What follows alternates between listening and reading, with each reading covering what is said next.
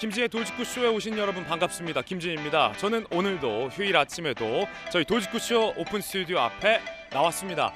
민주당 내부에서 대선 패배와 지방선거 패배 이후에 갈등이 정말 격화되고 있습니다. 친문이냐 친이냐 개파 갈등 양상까지 나오고 있습니다. 이 모든 갈등의 근원은 이재명 의원이 당대표에도 또 나온다라는 소문 때문입니다. 민주당 내부에서 이 소문을 두고 팽팽하게 맞서고 있는데 급기야 친 이재명계 쪽에서는 이재명 죽이기 작전 옛날부터 짠 거 아니냐 이런 얘기까지 나온다고 합니다. 어찌 된 일인지 잠시 후에 이야기 나눠보겠습니다. 저는 비가 오나 눈이 오나 매일 아침 이곳에서 여러분을 기다리겠습니다. 김지의 돌직구쇼 지금 라이브로 시작합니다. 잠깐만요.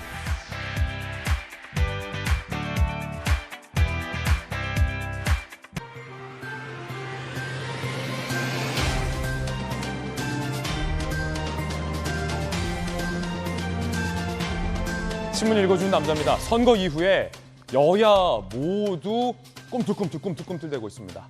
특히나 이 진동폭은 민주당이 더 큽니다. 이재명 탓이다. 이재명 죽이려고 그런다. 서로 개파까지 나눠서 갈등 양상이 극에 달하고 있습니다. 잠시 후에 이야기 나눠보겠습니다. 오늘 조간신문 4가지 키워드 선정했습니다. 자, 먼저 첫 번째 키워드부터 공개하겠습니다. 첫 번째 키워드는 바로 이겁니다. 무더기.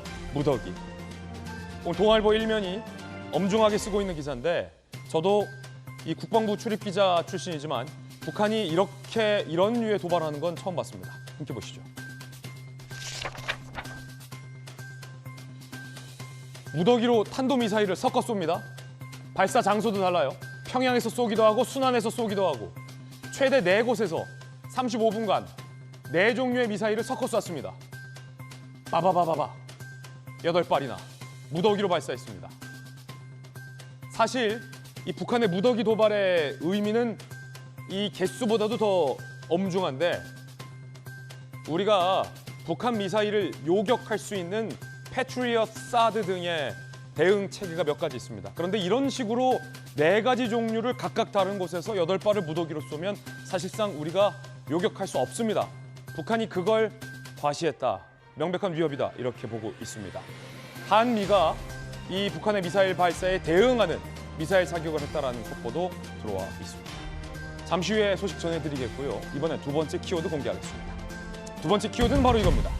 첩첩산중.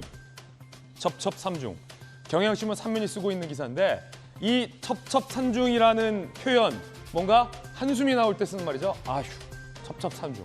어디서 나온 표현일까요? 함께 보시죠. 민주당 내부에서 나온 말입니다. 더욱이 경향신문이 그걸 제목으로 꼽아서 썼습니다. 첩첩산중 민주당. 당 주도권을 놓고 내용을 세게 벌이고 있어요. 이재명 의원이 당대표에 나올 것이다 라는 소문이 민주당 내부에서 돌고 있는데 친문, 친이로 나뉘어서 된다 안 된다 갈등이 크고 있습니다. 심판받은 후보가 출마하는 건 처음이다라는 비판, 분열해서는 안 된다. 이재명 죽이기 작전 미리 짜놓은 거 아니냐. 이렇게 갈등이 커지고 있습니다. 전당대회까지는 넘어야 할 산이 첩첩산중인 것 같습니다. 이어서 세 번째 키워드도 소개하겠습니다. 세 번째 키워드는 과연 무엇일까요? 이겁니다. 거취. 한국일보 5면이 쓰고 있는 기사입니다. 함께 보시죠.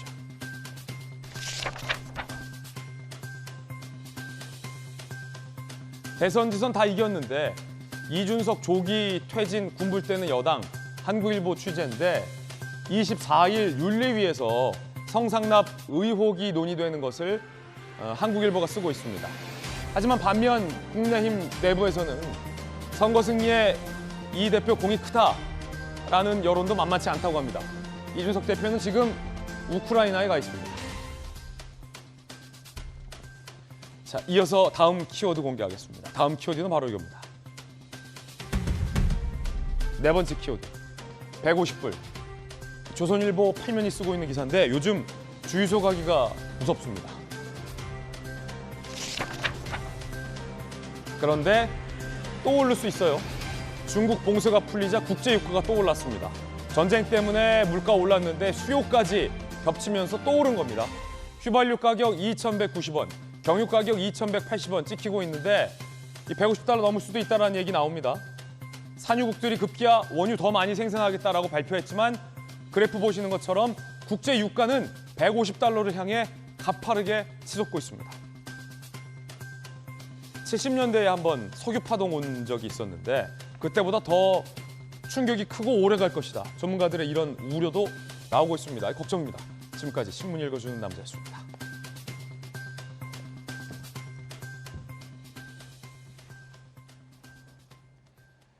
비 내리는 월요일 아침 함께하신 분들 소개해드리겠습니다.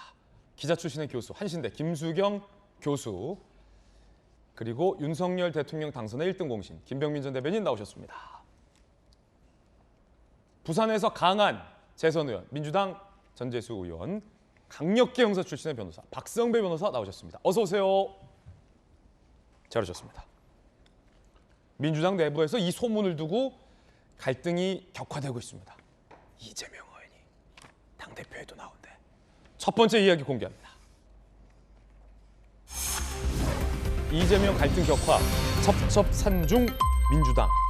오늘 경향신문이 이런 표현을 썼죠. 첩첩산중이다.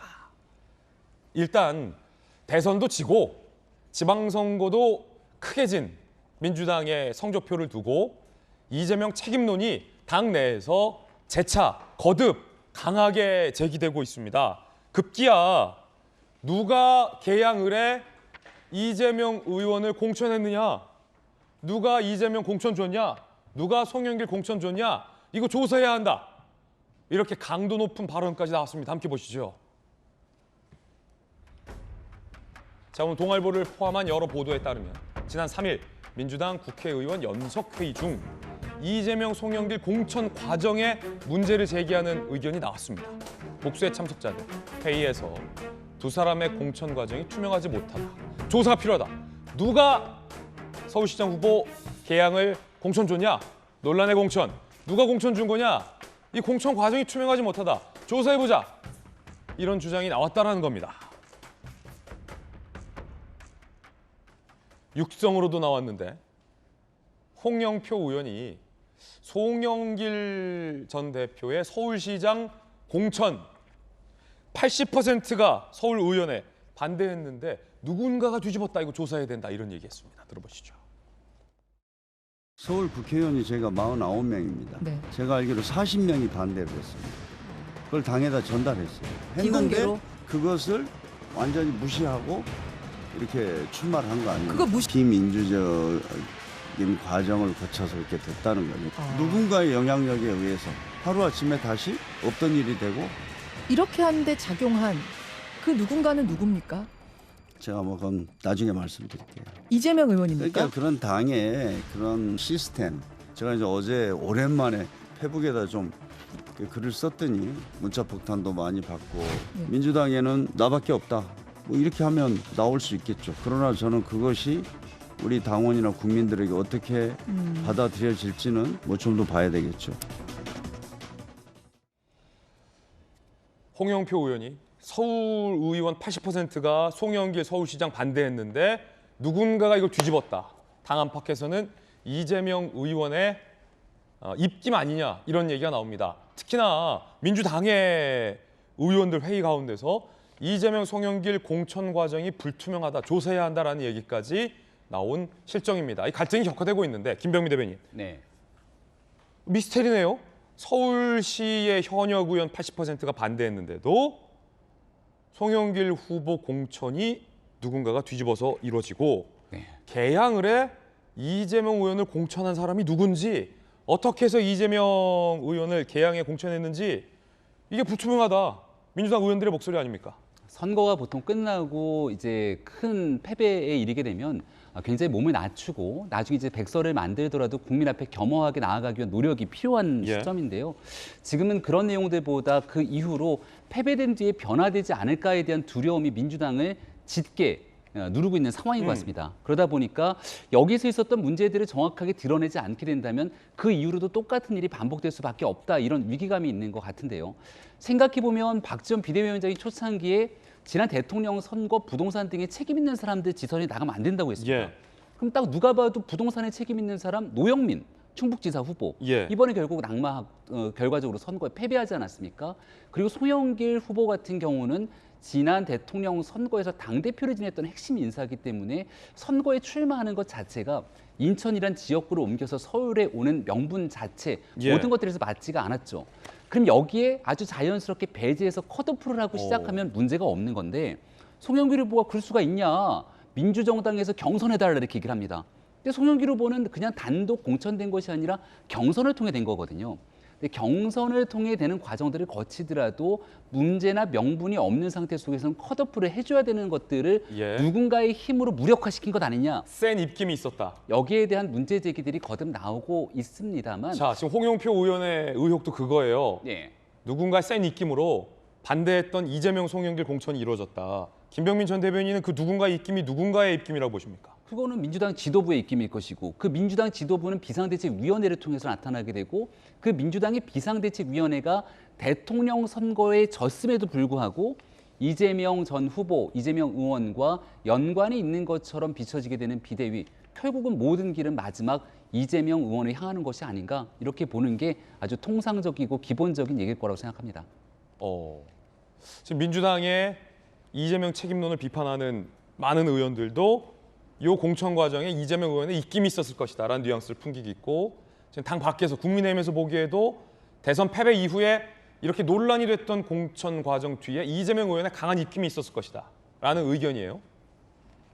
전재수 의원님, 당 내부에서 이런 얘기가 나오고 있는데 혹시 전재수 의원님은 뭐 아십니까 실체를? 누가 공천한 겁니까? 이재명 의원의 입김입니까? 아니요, 공천 과정은 그때 당시에 언론을 통해서 다 보도가 된 겁니다. 예. 보도가 다 된 것이죠.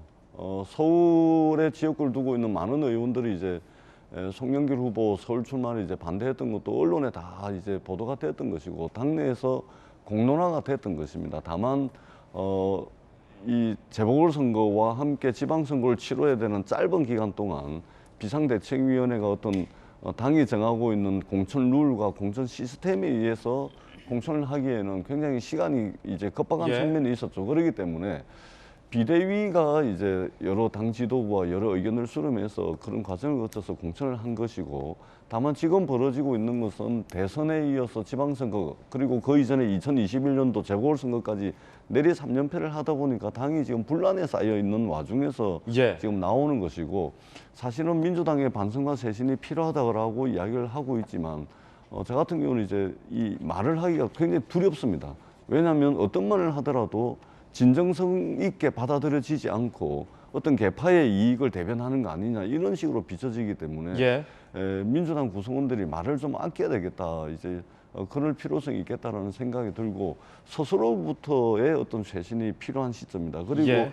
다른 것을 너무 부각시켜 가지고 싸우기만 할 것이 아니고 같은 공통 분모를 찾아가는 그런 이제 반성과 성찰의 시간이 필요한 때다. 서로 핥히고 니 탓, 내 탓, 또 남 탓하는 것은 네. 도움이 되지 않는다. 민주당의 역사가 70년인데요.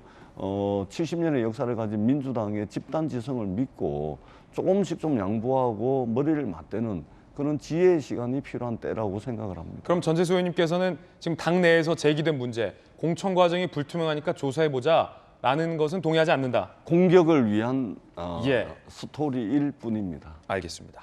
자, 그런가 하면 이번에는 친 이재명계의 반격도 만만치가 않습니다.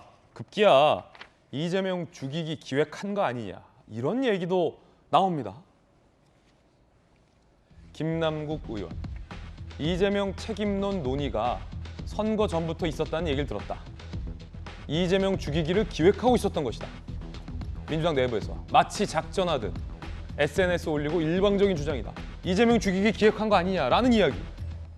최민희 전 의원, 민주당이 지금 할 일은 이재명 지키기다.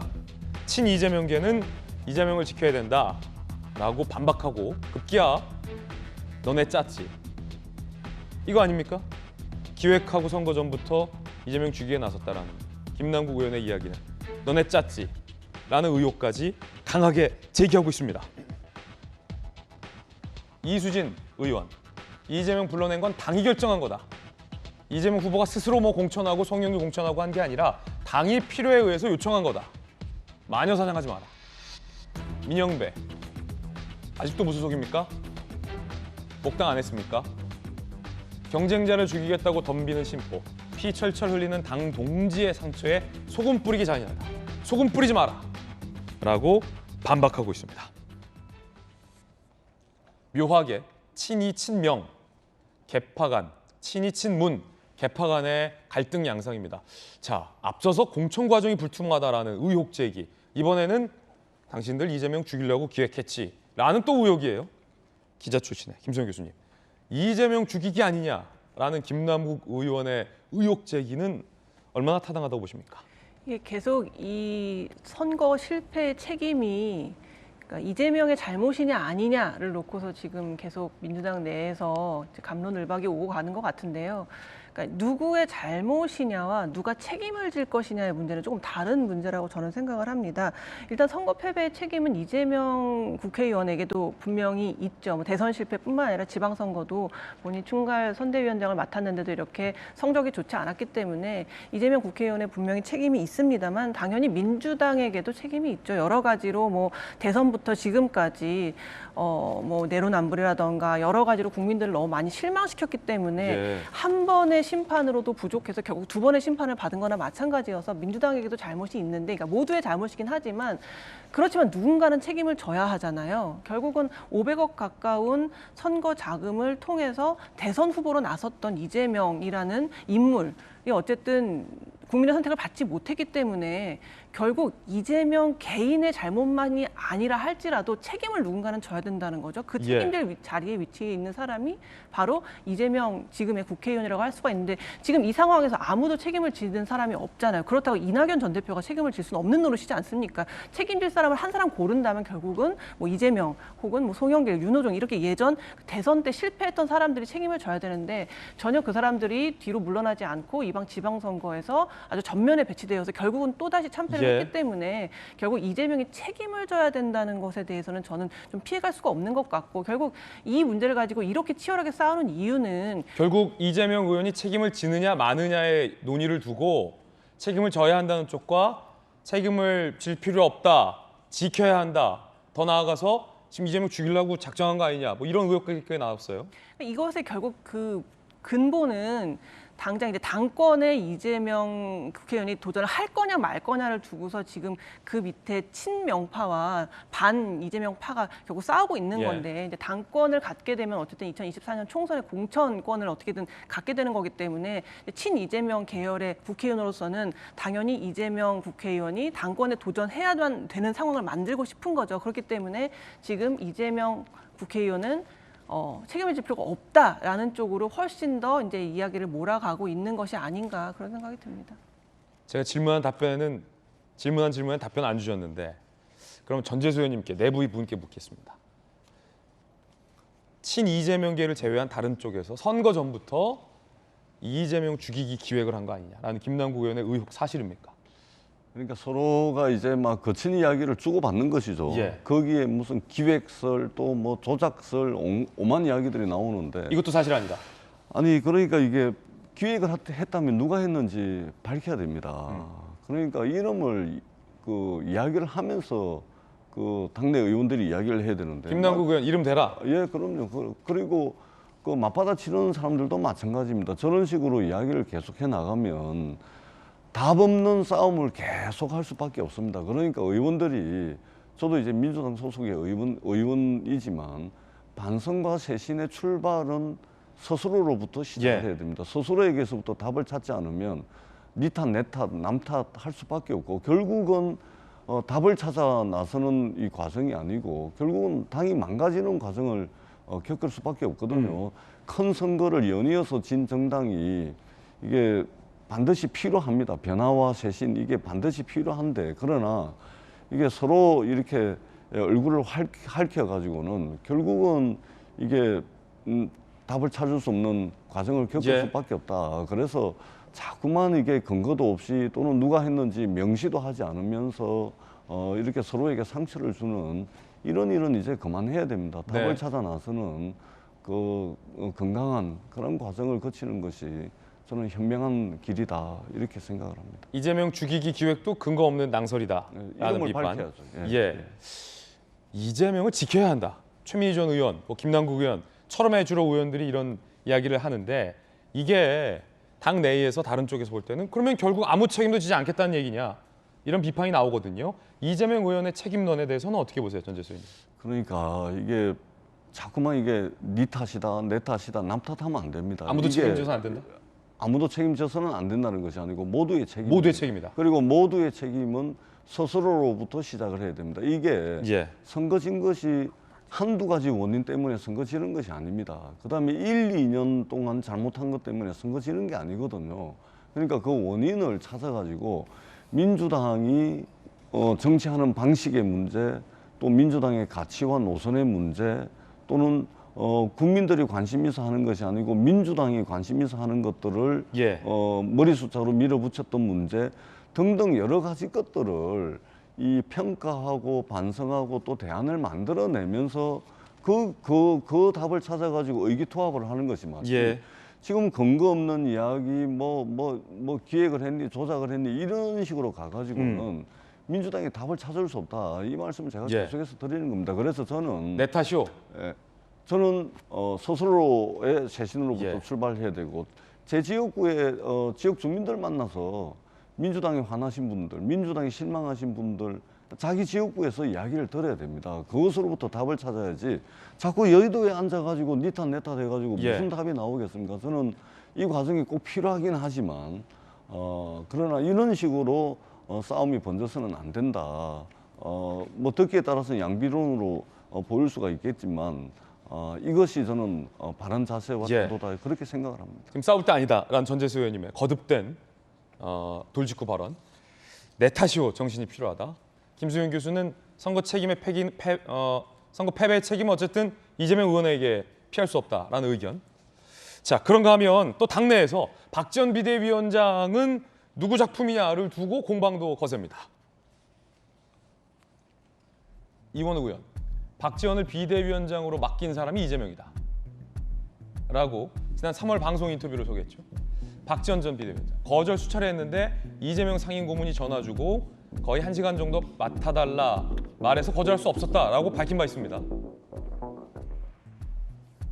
현근택 변호사, 본인만 살아남기 위해 이재명 공격하는 이준석 같다. 그런다고 살 수 있을지. 지금 무슨 말입니까? 이건 또 어떤 공방입니까, 박성민 변호사님? 현 변호사의 주장에 따르면 이준석 대표가 지방선거에서 처음부터 끝까지 이재명 후보만을 공격해 왔는데 그래야 본인이 살 수 있다는 사실을 알았기 때문이라는 것입니다. 즉 지방선거를 승리로 이끌어야 이 성상납 의혹권을 무사히 넘길 수 있기 때문에 죽기 살기로 이재명 후보를 공격해 왔다는 취지인데 이원욱 의원도 그 입장과 크게 다르지 않다는 것입니다. 본인만 살아남기 위해서 이재명을 공격하는 이준석 같다. 즉 이원욱 의원도 민주당을 살리기 위한 고언이 아니라 개파 정치를 통해서 자신의 이익을 지키기 위한 공격에 불과하다는 것이죠. 즉 이처럼 자신의 이익을 지키기 위해서 대의를 내세우는 듯한 모양새를 취하는 것 자체로 두 사람 모두 살아날 수 있을까? 이원욱 의원의 공격은 이준석 대표의 공격과 마찬가지다. 둘 다 살아남기 힘들다는 취지로 비판을 마무리하고 있습니다. 그렇군요. 박지원을 러브콜한 게 이제 이재명 의원이다라는 어떤 이야기를 두고 또 현근택 변호사가 날선 발언을 한 겁니다. 그게 무슨 중요하냐? 뭐 이런 말 하는 겁니다. 그러니까 계속해서 선거를 기획하고 뒤에서 대선을 졌는데도 주요 포스트에 뭐 윤호중 비대위원장 등등등 송영길 공천까지 강한 입김을 낸 그립을 꽉 쥔 게 이재명이기 때문에 이재명이 책임을 져야 한다. 더 쉽게 말하면 전당대회에 나와서 안 된다라고 비판하는 민주당의 그룹과 뭐 이준석이다, 기획설이다라는 이야기들로 이재명 의원을 지켜야 한다라는 철험의 중심의 어떤 친이익의 의원들의 공방이 계속되고 있는 겁니다. 접점마다. 그런가 하면 고민정 의원이 이런 후회 아닌 후회를 했다라는 보도도 나옵니다. 선거 패배 직후죠. 2일이었으니까. 이재명 개항을 출마 선택 당시 비판 목소리 저도 낸 바 있다. 아 그렇습니까? 잘 기억이 안 나는데. 비판을 자제해왔던 것 조금 후회한다. 라고 인터뷰가 나갔던 모양입니다. 그러자 국민의힘의 김용태 최고위원이 이제와 후에 매번 양심 속이면서 권력만 바라보고 줄 서는 게 고민정 의원의 정치냐. 부끄러운 줄 알라. 라고 국민의힘이 비판을 합니다. 그러자 문맥 파악 제대로 못하는 거냐, 언론의 제목 장사에 휘둘리는 모습이 개탄스럽다 라고 반박. 그러자 재반박. 직접 내놓은 발언 비판했더니 적반하장에 오히려 내가 당황스럽다. 극단적 팬덤 정치 문매 맞을까 말 바꾼 것 아니냐라고 재반박을 합니다. 김병미 대변인님, 이 고민정 의원의 뭐 후회 아닌 후회, 분명히 이제 본인이 한 발언인데 어떻게 보십니까? 나도 이재명 개항을 출마해 목소리 낸 바 있다라고 뒤늦게 손을 들었는데 어떻게 본인의 보십니까? 발언이 좀 여러 개가 있었던 모양인데요. 그 중에 나왔던 내용들 하나를 바탕으로 이제 언론이 비판을 하는 모습을 나타내게 되니까 또 이재명 의원이 비판하는 것처럼 비춰지는 게 부담스러웠던 모양이에요. 그러니까 맥락을 이해하지 못한다라고 얘기했지만 실질적인 내용들, 과거에 있었던 라디오 발언이나 이걸 김용태 청년 최고위원이 찾아보니까 당신 과거에 비판한 적 있지 않냐, 이런 공방들이 나서고 있는 것이거든요. 근데 어찌 보면 지난 총선 이후 대통령 선거, 4.7 보궐선거, 이번 지방선거에 이르기까지 고민정 의원이 나서서 SNS에 글을 올리거나 뭔가 좀 강한 메시지를 내곤 하면 그게 대중의 여파를 미치면서 민주당이 보탬이 되기보다는 민주당이 훨씬 더 큰 악재로 돌아온 경우들이 상당히 있거든요. 그러니까 고민정 의원의 목소리가 당내에서 건전한 정화작용으로 나타나기보다는 오히려 대중의 이런 표현이 좀 적절치 않을 것 같을지도 모르겠지만 대중으로부터 외면되는 모습으로 갔던 경우들이 상당합니다. 그래서 저는 고민정 의원이야말로 본인이 그동안 해왔던 SNS 정치가 얼마나 당에 보탬이 됐는지를 한번 고민해보고 지금 민주당 내에서는 자신들의 행동 하나에 대해서 비판하고 잘못된 일이 있으면 숙고하면서 반성하는 기간이지 않습니까? 여기에 나는 아무런 책임이 없는 것처럼 내가 조금 더 목소리를 내우면 어땠을까라고 얘기하는 것 자체가 저는 민주당 내에 큰 도움이 되지 않는다 이렇게 생각을 하고요. 고민정 의원뿐 아니라 많은 사람들에 대해서 지금 민주당에서는 새로운 대안을 찾아야 될 때 아니겠습니까? 그러니까 상대 정당이 있습니다만 양당이 공히 함께 견제 균형을 맞추면서 발전하는 게 한국 정치의 보탬이 되기 때문에 민주당 입장에서는 지금 해야 되는 아주 쉬운 해결책이 하나 있는데 그걸 못 찾는 것 같아요. 문제가 있는 사람들이 스스로 책임을 물으면 되는 거거든요. 예를 들어서 이재명 의원 같은 경우가 여기에 대한 분명한 책임은 나에게 있고 지금 나타나고 있는 많은 일들이 다음번 전당대회를 둔 권력투쟁 때문으로 사람들이 비춰지게 된다면 나 전당대회 출마하지 않습니다. 그리고 민주당을 살려야 됩니다라고 한마디만 하면 민주당은 이런 일들 없을 거라고 생각되고요. 고민정 의원 같은 경우도 그동안 내가 올렸던 많은 SNS 글들 그리고 여러 설화들 때문에 국민들께 심려를 끼치거나 민주당에 피해를 끼쳐서 죄송하다. 여기서 내가 두 번 다시 국민들께 눈높이 어긋나는 일을 하지 않겠다고 뒤로 빠지면 문제될 일이 없습니다. 근데 아무도 나는 책임이 없고 아마 보면 이재명 의원은 전당대회에 나가려는 게 분명히 보이거든요. 자기 욕심과 자기들이 하려고 하는 일들이 먼저 국민들과 대중 눈앞에 보이고 있기 때문에 지금 나오고 있는 많은 얘기들에 대한 진정성이 하나도 느껴지지 않는 것은 아닌가 이렇게 생각합니다. 예, 개항을에 출마하는 것을 비판하지 못한 게 좀 후회된다. 안 고민정 의원의 늦은 후회. 뭐 그 이후에 뭐 사실이다 아니다. 하지만 분명히 이제 라디오에서 발언한 게 있기 때문에 진실 공방은 의미 없을 것 같고요. 뒤늦은 후회에 대한 얘기 나오고 있습니다. 손혜원 전 의원은 희한한 신조어를 꺼내들었습니다. 수박이 초치면 안 된다. 당대표는 이재명 의원이 해야 한다. 여기서 수박 무슨 뜻일까요? 퀴즈입니다. 이제는 정치권에 있는 사람들보다 개혁의 딸들 그리고 이 양아들들이 더 잘하고 계십니다. 그러니 지금 이 당에 신라 같은 불씨를 갖고 있는 사람은 이재명, 송영길뿐에 없습니다. 이 두 사람이 당을 살려갈 거라고 봅니다. 이재명 후보는 너무 잘했죠. 이분이 나중에 큰 정치를 하려면은 이제 국회 생활도 한번 해봐야 돼요. 어떤 이 수박들이 여기서 초를 치면서 자기들의 이권 개입에 관여하는지 보셔야 돼요. 제발 이재명 의원께서 당대표 되셔서 이번에 공천권은 제발 국민들에게 좀 돌려줬으면 좋겠습니다. 자, 강력경사 출신의 박성배 변호사님, 수박들이 초치면 안 된다. 손혜원 전 의원은 당대표는 우리 이재명 의원이 맡아야 한다. 라고 했는데 이 수박, 똥파리 뭐 이런 말도 나온다는데 이 뭡니까? 알아들을 수가 없네요.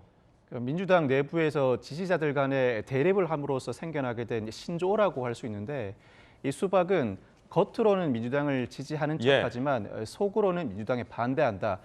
국민의힘을 상징하는 색깔이 빨간색입니다. 이 수박이 겉으로 보기에는 푸른색이지만 속이 빨개. 그 내부가 빨갛기 때문에 사실은 민주당을 지지하지 않는 이른바 이적행위를 하는 자를 가리켜서 수박이라고 표현을 합니다. 속이 빨가니까요. 그렇습니다. 그리고 똥파리는 저 어원 자체는 정확하게 알 수 없습니다만 그 의미는 문재인 대통령은 지지하지만 이재명 의원은 반대하는 집단을 일컬어 똥파리라고 표현을 합니다. 그 외에 개딸은 개혁의 딸이라고 해서 이재명 의원을 열렬히 지지하는 2030 여성을 의미하고 양아라는 표현도 사용을 합니다. 양아는 양심의 아들이라고 해서 남성임에도 불구하고 이재명 의원을 적극 지지하는 2030 남성을 지칭하는 단어들입니다. 이 단어들이 모두 생소하게 느껴지는데 모두가 최근에 만들어진 신조어로서 계파 갈등, 이른바 민주당 내부에서 갈등이 격해지면서 서로를 비판하는 용어로서 등장하게 된 용어들이라고 할 수 있습니다. 그러면 박세현 변호사님, 이재명 의원을 지지하지 않으면 민주당 내부에서 수박이고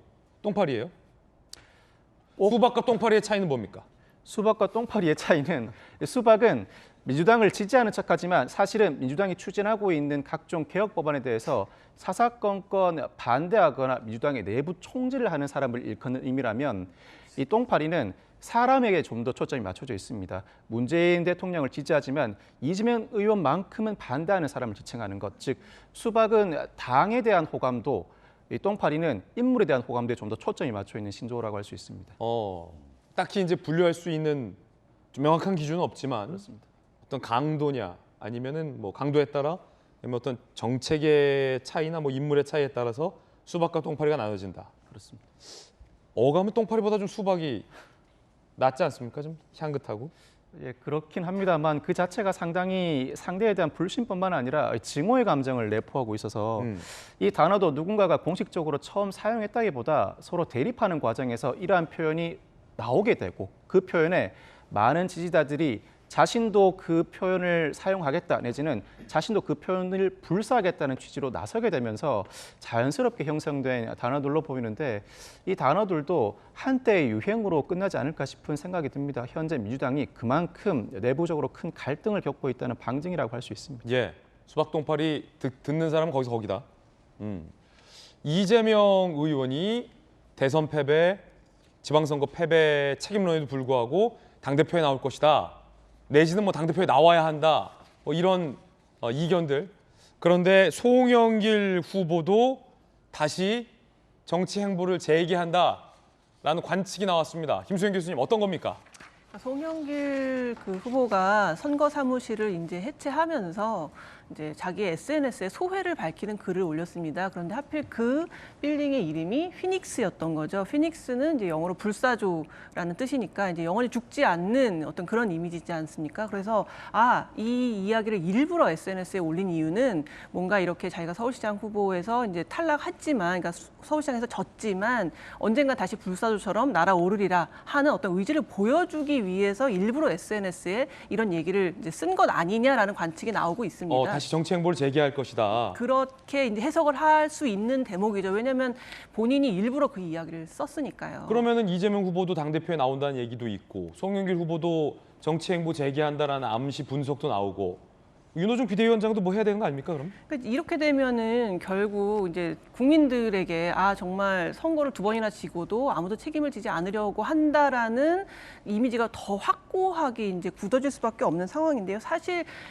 아시겠지만 송영길 서울시장 후보가 되는 것도 얼마나 진통이 많았습니까? 공천에서 배제됐다가 경선을 통해서 겨우겨우 살아났지만 결국은 이제 졌는데 이번 지선 결과 보시면 아시겠지만 25개의 서울시 기초단체 중에서 8곳을 민주당이 가져갔음에도 불구하고 송영길 후보가 서울시장 선거에서는 그 어느 곳에서도 이기지 못했어요. 그러니까 25개의 구가 모두 오세훈 시장이 가져갔거든요. 그렇다는 것은 결국 송영길 후보에게는 굉장히 뼈아픈 대목이고 민주당을 지지하지만 그럼에도 불구하고 송영길 서울시장 후보를 공천하는 것은 아니었다라고 판단한 서울 시민들이 정말 많았다는 거거든요. 그렇기 때문에 본인의 정치 인생에 저는 굉장히 큰 데미지가 가해졌고 어떻게 보면은 이재명 국회의원보다도 훨씬 더 정치 생명에 위태로운 어떤 그런 사건이었다고 생각합니다. 그래서 지금은 물론 뭐 언젠가 정치인들은 또 다시 되기를 꿈꾸기는 하지만 지금은 좀 가만히 계실 때가 아닌가. 그게 또 국민들에게 훨씬 더 반성하는 모습을 보여주는 것이고 그래야만 또 다음 기회도 올 수 있지 않나 그런 생각이 듭니다. 예. 자, 김수영 교수님의 어떤 개인적인 의견까지 들어봤습니다. 민주당의 내홍 살펴보셨습니다. 이번엔 저희가 준비한 두 번째 이야기인데 국민의힘 상황도 선거 이후에 살펴보겠습니다. 두 번째 이야기 시작합니다. 지방선거 대승 이후에 이준석 대표는 선제적인 혁신 카드를 꺼내 들었는데 당 내부에서는 이 혁신 카드가 먹혀들면 그 여부에 따라서 이준석 대표의 어떤 거취의 기로다 뭐 이런 얘기도 동시에 나오고 있다고 합니다. 자, 일단 국민의힘이 극단주의와 결별하겠다. 선거 승리 이후에 혁신하겠다라는 메시지와 더불어서 이런 메시지를 내놨습니다. 권성동 원내대표. 민주당은 위기가 올 때마다 극단주의자들의 의지에 악순환이 반복됐다. 극단주의에 치우치면 당의 앞날이 보장되지 않는다. 수도권, 중도, 20, 30대 방향으로 나아가야 한다라는 혁신의 방향에 대한 메시지를 내놓았습니다. 극단주의 손절하고 중도, 수도권, 젊은 층에게 나아가야 한다. 중도 확장해야 된다라고 얘기를 한 겁니다. 묘하게 이 시기에 윤석열 대통령도 문재인 전 대통령의 사저에 있는 극단적인 시위에 대해서 경고의 메시지를 대통령이 내기도 했습니다. 들어보시죠. 괴를 같이 하는 건데 양산사저 주변 집회 우려 내용을 전달했고 시위를 자제했으면 좋겠다라는 경고의 취지 발언을 윤석열 대통령이 내놓았습니다. 진영 논리를 타파하고 민생에 집중해야 할 때라는 게 대통령의 생각이다. 보수단체에 자제 메시지를 전달할 계획이 있다. 윤석열 대통령이 직접 내부에 어떻게 보면 극단주의인데 직접 경고의 메시지를 낼 생각도 있다라고 전해지고 있습니다. 그런가 하면 혁신의 고삐를 국민의힘이 쥐겠다라고 발표했는데 혁신위원장의 최재형 의원, 최재형 전 감사원장, 문재인 정부의 감사원장이었죠. 를 내정했습니다. 그런데 그 최재형 혁신위원장이 1호로 선택한 청년 정치인이 화제가 되고 있는데 이 누굴까요? 자, 천하람 당협위원장이에요. 우리 또 돌직구쇼 멤버이기도 한데 당 혁신위원을 맡아달라 1호 전화에 요청을 했다. 대구 출신인데 전라남도 순천에 가서 정치 생활하고 있고 지난번 선거 또 떨어졌죠? 네, 떨어졌고 이번 선거에서도 순천갑에서 네, 당협위원장으로 이제 구청장, 구의원, 시의원 공천을 하기도 한 바 있습니다. 2020년 전남 순천 출마해서 화제의 낙선자로 이름을 알리기도 했던 천하람 당협위원장을 1호 혁신위원으로 SOS를 요청했다라는 이야기도 나옵니다. 김병민 네. 대표님 워낙 또 잘 아는 그럼요. 인물인데 최재형, 천하람 왜 천하람입니까? 여러 상징적인 의미를 갖고 있죠. 일단 세대별로 봤을 때는 30대 젊은 청년이고 지금 새 정부에서 열심히 국민들을 위해 나아가고 있지만 다소 조금 미흡하다, 보완돼야 된다는 게 청년들의 참여 아니겠습니까?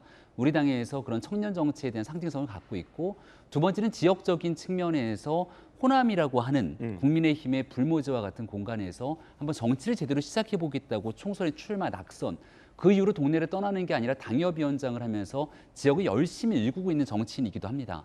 제가 과거에 이제 국민의힘 비상대책위원으로 있을 때 당의 정강정책을 바꾸는 특위위원장을 할 때도 천하람 변호사한테 전화해서 정강정책특위위원으로 함께 해달라 요청을 했고 그때도 같이 참여하면서 우리 당의 정강정책의 강령이라고 하는 곳에 5.18 민주화운동 정신을 집어넣는데도 천하람 변호사가 또 중요한 역할들을 함께 힘을 실어준 바가 있습니다. 네. 그러니까 저런 정치인들이 이제 우리 당이 조금 더 역동적으로 뛸 수 있게 역할하는 데는 매우 중요하기 때문에 이곳저곳 어딘가에서 늘 쓰일 수밖에 없는 상황이고요.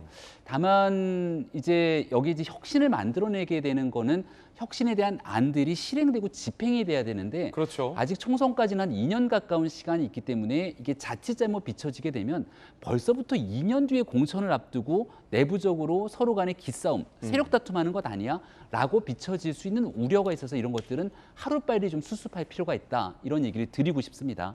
그리고 지금 혁신보다 훨씬 더 국민의힘이 중요한 게 한 가지 있는데요. 어떤 거요? 지금 정치 혁신을 얘기할 때보다 국민의힘에 필요한 건 혁신보다 실력과 성과를 보여줄 때입니다. 예. 국민들이 윤석열 정부를 탄생시킨 거는 부동산 문제를 비롯한 경제 위기 해결하고 민생 문제를 정리하라고 하는 국민의 뜻이 담겨 있는 것이고요. 지방선거에서 압도적인 승리를 거머쥘 수 있도록 국민이 힘을 보태 주신 것은 새 정부와 힘을 합쳐갖고 지방 권력까지 정말 국민을 위해서 일하라고 하는 그러한 바람들이 담겨져 있기 때문에 성과를 보여줘야 된다. 정치에 관련된 내용들이 전면에 나서기보다는 정치 메시지는 뒤로 물리고 국민의 삶에 관한 성과와 일을 보여주는 게 지금은 사실 국민의힘의 그 무엇보다 필요할 때다라는 것들을 꼭 명심했으면 좋겠습니다. 예, 호남 3인방, 전남지사, 도지사 후보를 포함해서 국민의힘에게 불모지 같은 표현이라고 하셨는데 더 이상 뭐 불모지라는 표현도 안 써도 될 일이 15% 이상을 호남 3인방이 다 득표했어요. 네, 엄청난 일인 게요. 많이들 아시겠습니다만 선거에서 15% 이상을 득표하게 되면 선거 공영제를 통해서 보전을 받게 됩니다. 그러면 이 광역단체장 같은 경우는 사실 굉장히 많은 돈을 쓰면서 선거를 치러야 되는데 10% 이상을 받지 못하게 되면 그 전적으로 본인이 부담해야 되거든요. 예. 근데 15% 이상을 득표할 수 있다는 자신감이 생기게 되면 국회의원 선거를 비롯해서 여러 선거에 정말 좋은 인재들이 낙선될지언정 경제적인 부담 없이 출마할 수 있는 토양을 만든 거거든요. 그런 측면에서 국민의힘이 전국 정당으로 나아가게 되는데 큰 역할들을 역사적으로 꾸준히 해왔던 일에 대해서 특히 이 호남 지역에 계신 유권자분들께서 평가를 해주신 일이 아닌가 생각합니다. 왜냐하면 천하람 변호사도 순천에 지난번 총선 때 출마했지만 그 15%를 못 넘겼거든요. 네, 그때 한 4%인가. 경제적으로 타격이 굉장히 컸습니다. 그래서 그 보존 못 받았죠 그때. 못 받았죠. 그렇기 10%는 때문에 이 15%는 의미가 있다. 돌려받으니까, 네, 보전받으니까. 맞습니다. 그렇군요. 그런가 하면 최재형 혁신위원장의 이야기 한번 직접 들어보겠습니다. 전체적으로 당의 취지를 강화하고 예측 가능한 공천 시스템을 만들어서 새로운 사람들도 준비하고 들어올 수 있는 이해할 수 없는 전략 공천 이런 것들을 최소화해야 되겠죠. 시스템 안에서 공천 과정이 이루어질 수 있도록 최대한 노력하겠습니다. 이준석 대표가 선거 끝나고 바빠졌습니다. 혁신위를 띄워놓고 우크라이나에 갔습니다. 당 내부에서 사실 의아해하는 목소리도 있습니다. 웬 우크라이나라는 목소리도 있는데 어쨌든 바빠요, 이 대표. 선거 이튿날 바로 당 혁신위 하겠다라며 낮은 자세를 보여줬고 임기 내가 채운다. 내년 4월 전북 전주울 재선거까지 이겨서 역대급 당대표가 되겠다. 열심히 하겠다라는 얘기를 계속하고 있습니다. 지난 3일 밤에 우크라이나에 출국을 했고 젤렌스키 대통령도 만나는 거 아니냐 뭐 이런 얘기도 나오고 있습니다. 대통령실 관계자는 지방선거 이후 급격하게 용산으로 힘이 기우는 상황에서 존재감을 보이려는 것 같다. 경향신문에 인터뷰했는데 대통령실 관계자의 표현은 뭔가 약간 뜨뜻미지근. 뭐 존재감 키우려는 것 같다라는 분석도 나오고 있습니다. 우크라이나에 왜 간 겁니까, 김성 교수님? 우크라이나 이제 현지를 방문해가지고 거기에서 이제 NGO들과 간담회를 갖고 이제 현지에 어떻게 상황이 전개되고 있고 또 어떠한 지원들이 필요한지에 대해서 직접적으로 이제 이야기를 들었다고 합니다. 그리고 가능하면 젤렌스키 대통령도 면담하겠다는 계획을 지금 가지고 있는데요. 어쨌든 지금 굉장히 광폭 행보를 보이고 있죠. 우크라이나도 가고 혁신위도 발족하고 이제 이준석 대표가 굉장히 여러 가지 활동을 보이고 있는데 이제 한간에서는 이제 성상납 의혹에 대한 이제 윤리위가 이제 24일 날 열릴 거기 때문에 24일, 6월 24일이요? 네, 6월 24일에 열릴 거기 때문에 그 전에 뭔가 자신의 좀 존재감이라든가 이런 것들을 좀 키워놔야 아무래도 그런 자기의 어떤 역할이라든가 또 지방선거를 이기고 대선을 이기고 여러 가지 자기가 했던 여러 가지 기여 같은 것들을 좀 많이 보여줄 수 있어야 아무래도 그 의혹에 대한 윤리위 징계권을 조금은 더 유리하게 지나갈 수 있지 않을까라는 이유로 이렇게 광폭 행보를 보이는 게 아니냐라는 일각의 좀 비판적인 시선도 있는 상황입니다. 이준석 대표 이야기 직접 한번 들어보겠습니다. 출국 전에 한 이야기입니다. 여당을 대표해서 저희 대표단이 가서 우크라이나 현지 상황을 훨씬 더 생생하게, 그리고 또 아마 언론이 접근할 수 있는 것보다 더 구체적으로 접근해가지고 실상을 파악하고 그것을 우리나라와 또 대통령께 전달할 수 있도록 하겠다.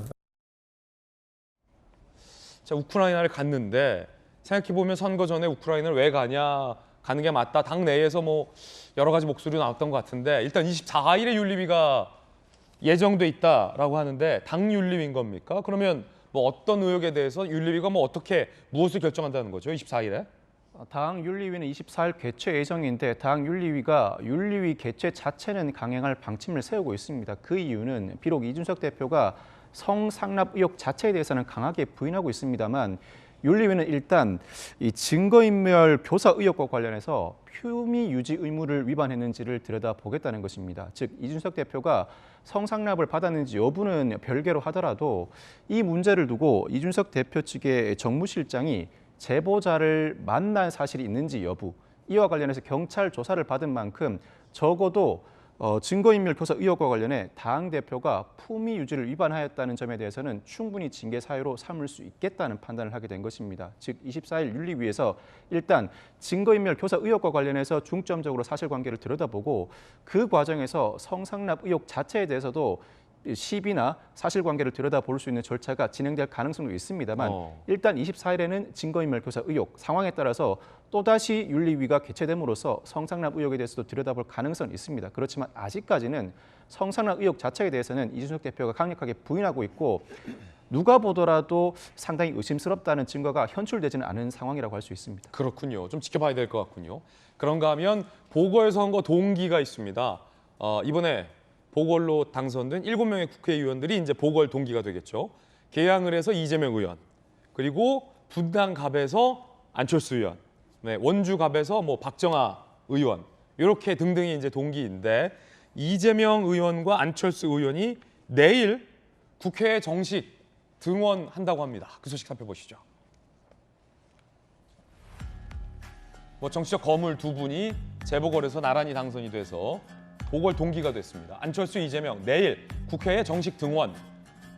국회의원 보궐선거 당선인 7명, 이르면 오는 7일 국회 등원인데 인천 계양을 해서 당선된 이재명 의원은 첫 국회 입성이고 성남 분당갑에서 당선된 안철수 의원은 2017년 사퇴한 바 있죠. 5년 만에 다시 의원인데 김은혜 의원이 쓰던 의원실에 이제 물려받아서 입주를 한다고 하고 그렇게 되면 또 김은혜 의원은 의원직 상실하고 도지사도 패배했으니까 일단은 의원실을 안철수 의원에게 물려주고 송영길 의원실에 이재명 의원이 이제 입주를 합니다. 역시 송영길 의원은 또 서울시장 후보에서 패배를 했기 때문에 의원실을 물려주게 된다라고 합니다.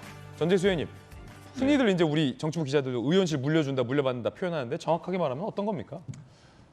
빈방이 그것밖에 없습니다. 빈방이 그거밖에 없다. 방을 빼고 이제 들어가는 거죠. 입주.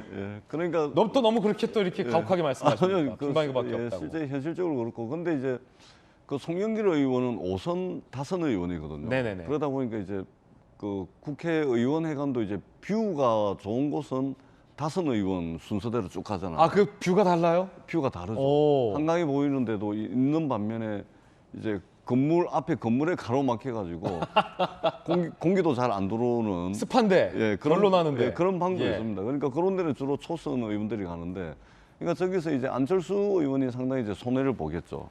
방은 송영길 방이 더 좋다. 왜냐하면 5선 의원이 쓰던 방이니까 뷰도 좋을 것이고 그리고 통풍도 잘 되고. 통풍도 잘 되고. 근데 김은혜 의원은 초선이잖아요. 초선 의원은 아마 앞에 건물 때문에 막혀 있을 겁니다. 아니 그러면 그러니까 재선 전재수 의원실은 어떻습니까? 그게 이제 재선이 되면 앞에 건물이 있긴 한데 그래도 틈이 좀 있습니다. 건물이 있는데 틈 사이로 햇빛이 샥 온다. 그래서 이제 그건 어쩔 수가 없습니다.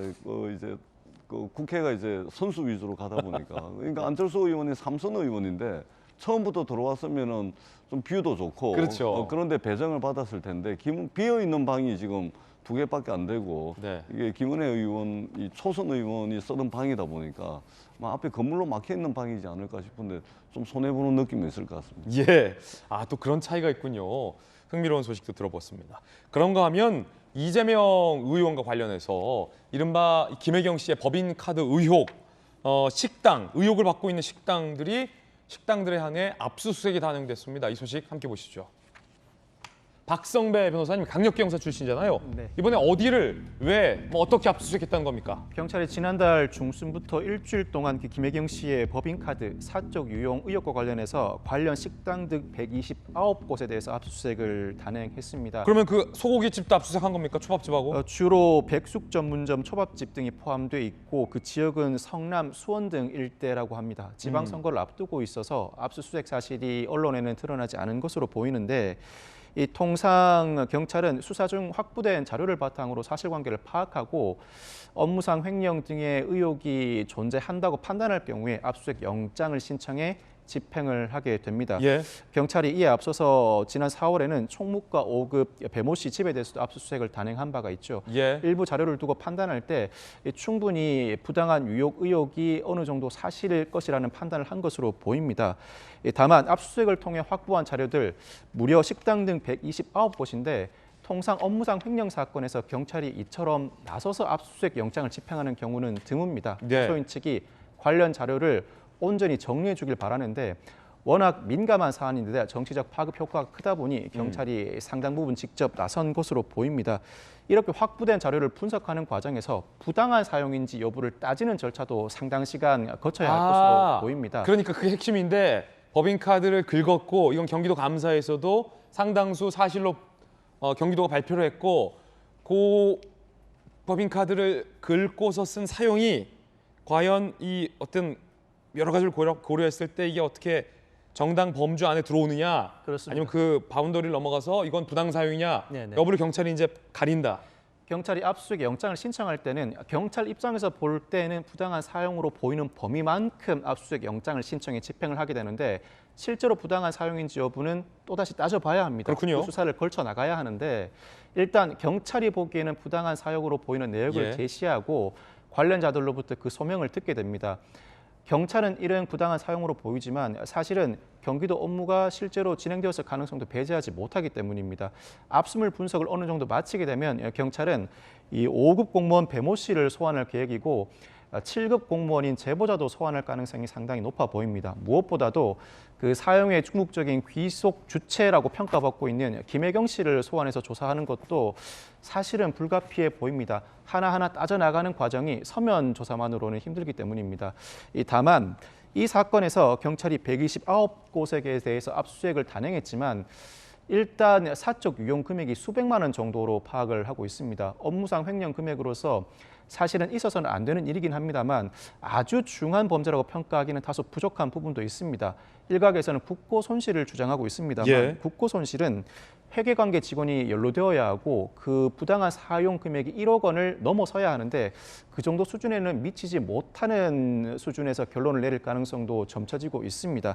일단은 경찰이 관련 조사를 마무리하게 되면 그 수사 결과가 나올 것으로 보입니다만 이재명 의원 입장에서는 대선 과정을 거치면서 이 사건으로 충분히 타격을 받은 입장이고 그 업무상 횡령의 금액 자체가 수백만 원에 그친다면 이재명 의원도 향후 정치 행보에 큰 지장이 발생하지는 않을 것으로 보입니다만 경기도청의 이러한 사건 발생과 관련 수사로 인해서 혹여나 지금도 잔존하고 있는 지방자치단체의 부당한 카드 사용 내역 등에 대해서는 상당 부분 그 내역이 앞으로도 해소되고 이러한 관행은 사라질 계기가 되지 않을까 싶은 바람이 듭니다.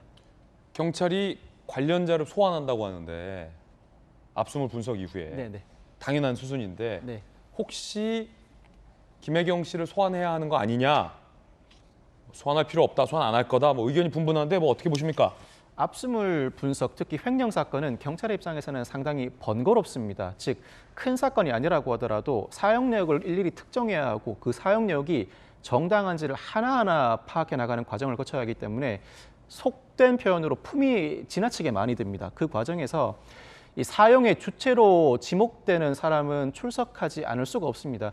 김혜경 씨가 이 사안과 무관하다는 판단이 서게 되면 당연히 출석까지는 요청하지 않고 서면 조사로 가름하겠지만 이 사형과 상당 부분 관련이 있다는 판단을 하게 되면 김혜경 씨가 정식으로 출석해서 이 사형약 하나하나를 두고 경찰에게 설명을 하고 경찰도 궁금한 사실을 물어보고 답변을 듣는 과정은 사실상 업무상 횡령의 수사에서 필수적인 과정이라고 할 수 있습니다. 그렇군요. 자, 좀 지켜봐야 될 것 같습니다. 그런가 하면 경기도지사 선거에서 패배한 김은혜 후보가 낙선 인사를 했다라는 보도도 나옵니다. 사진 몇 장도 준비되어 있는데 사진으로 바로 보시죠. 김수경 교수님, 뭐 이거 어떤 사진입니까? 김은혜 후보가 경기도지사에서 패배를 했잖아요. 그 이후에 저렇게 큰 안내판을 들고 주로 이제 자신에게 표를 많이 주지 않았던 부천이나 안산 이런 쪽을 돌면서 낙선 인사를 했다고 합니다. 저 판례를 보면은 제가 많이 부족했다라는 이제 말을 적으면서 이제 여러 가지로 인사를 전하고 있는데요. 이제 보통은 이제 지금 굉장히 선거 패배로 심신이 지친 상태일 텐데 그럼에도 불구하고 자신에 대한 지지가 조금 부족했던 곳을 일부러 돌면서 저렇게 낙선 인사를 하는 것은 좀 크게 보는 것 같아요. 앞으로 자기가 정치를 뭐 이번만 할 게 아니라 앞으로도 이제 오랫동안 정치를 할 텐데 이제 경기도 내에서 왜 김은혜 후보가 졌는가에 대한 많은 분석 중에 하나가 김은혜라는 인물이 좀 약했다라는 얘기를 많이들 하거든요. 예. 김동연 후보에 비해서는 좀 인물이 좀 약했다라는 이런 분석들이 나오다 보니까 아무래도 본인에 대한 평가를 좀 바꾸고 좀 길게 봐서 경기도민의 좀 자신에 대한 어떤 인상을 바꿔보겠다. 이제 그러한 마음으로 저렇게 낙선 인사를 돌고 있는 것으로 보입니다. 자, 이번엔 저희가 준비한 다음 순서 전해드리겠습니다. 뜨거운 소식 3가지 준비되어 있습니다. 첫 번째 소식부터 공개하겠습니다. 이낙연, 박지원. 최근 이낙연 전 대표가 이재명 의원을 겨냥하며 대선 패배의 책임을 질타한 바 있습니다. 그런데 이낙연, 박지원 이 두 분이 모두 다 이제 이재명 후보 책임론을 언급했다라는 보도가 나왔는데 최근에 몸을 풀고 있다 이런 관측도 나옵니다. 특히 이낙연 전 대표가 최근에 이재명 후보를 겨냥한 비판의 발언이 많은 보도가 되기도 했었습니다. 그 발언 함께 살펴보겠습니다. 책임 않고 남 탓한다. 책임자가 책임지지 않고 남을 탓하며 국민 일반의 상식을 행동으로 거부했다. 그것이 아마도 가장 진리는 정치 행태. 민주당은 그 짓을 계속했다. 라고 선거 패배 바로 다음 날에 이재명 의원 등을 겨냥해서 왜 책임자가 책임을 안 지고 남 탓만 하냐. 질린다. 뭐 이렇게 아주 맹폭을 했습니다. 자, 이랬던 이낙연. 이재명 책임론을 꺼내 들고 공교롭게 또 이낙연계로 불리는 의원들이 일제히 이재명 때리기에 나선 바 있죠.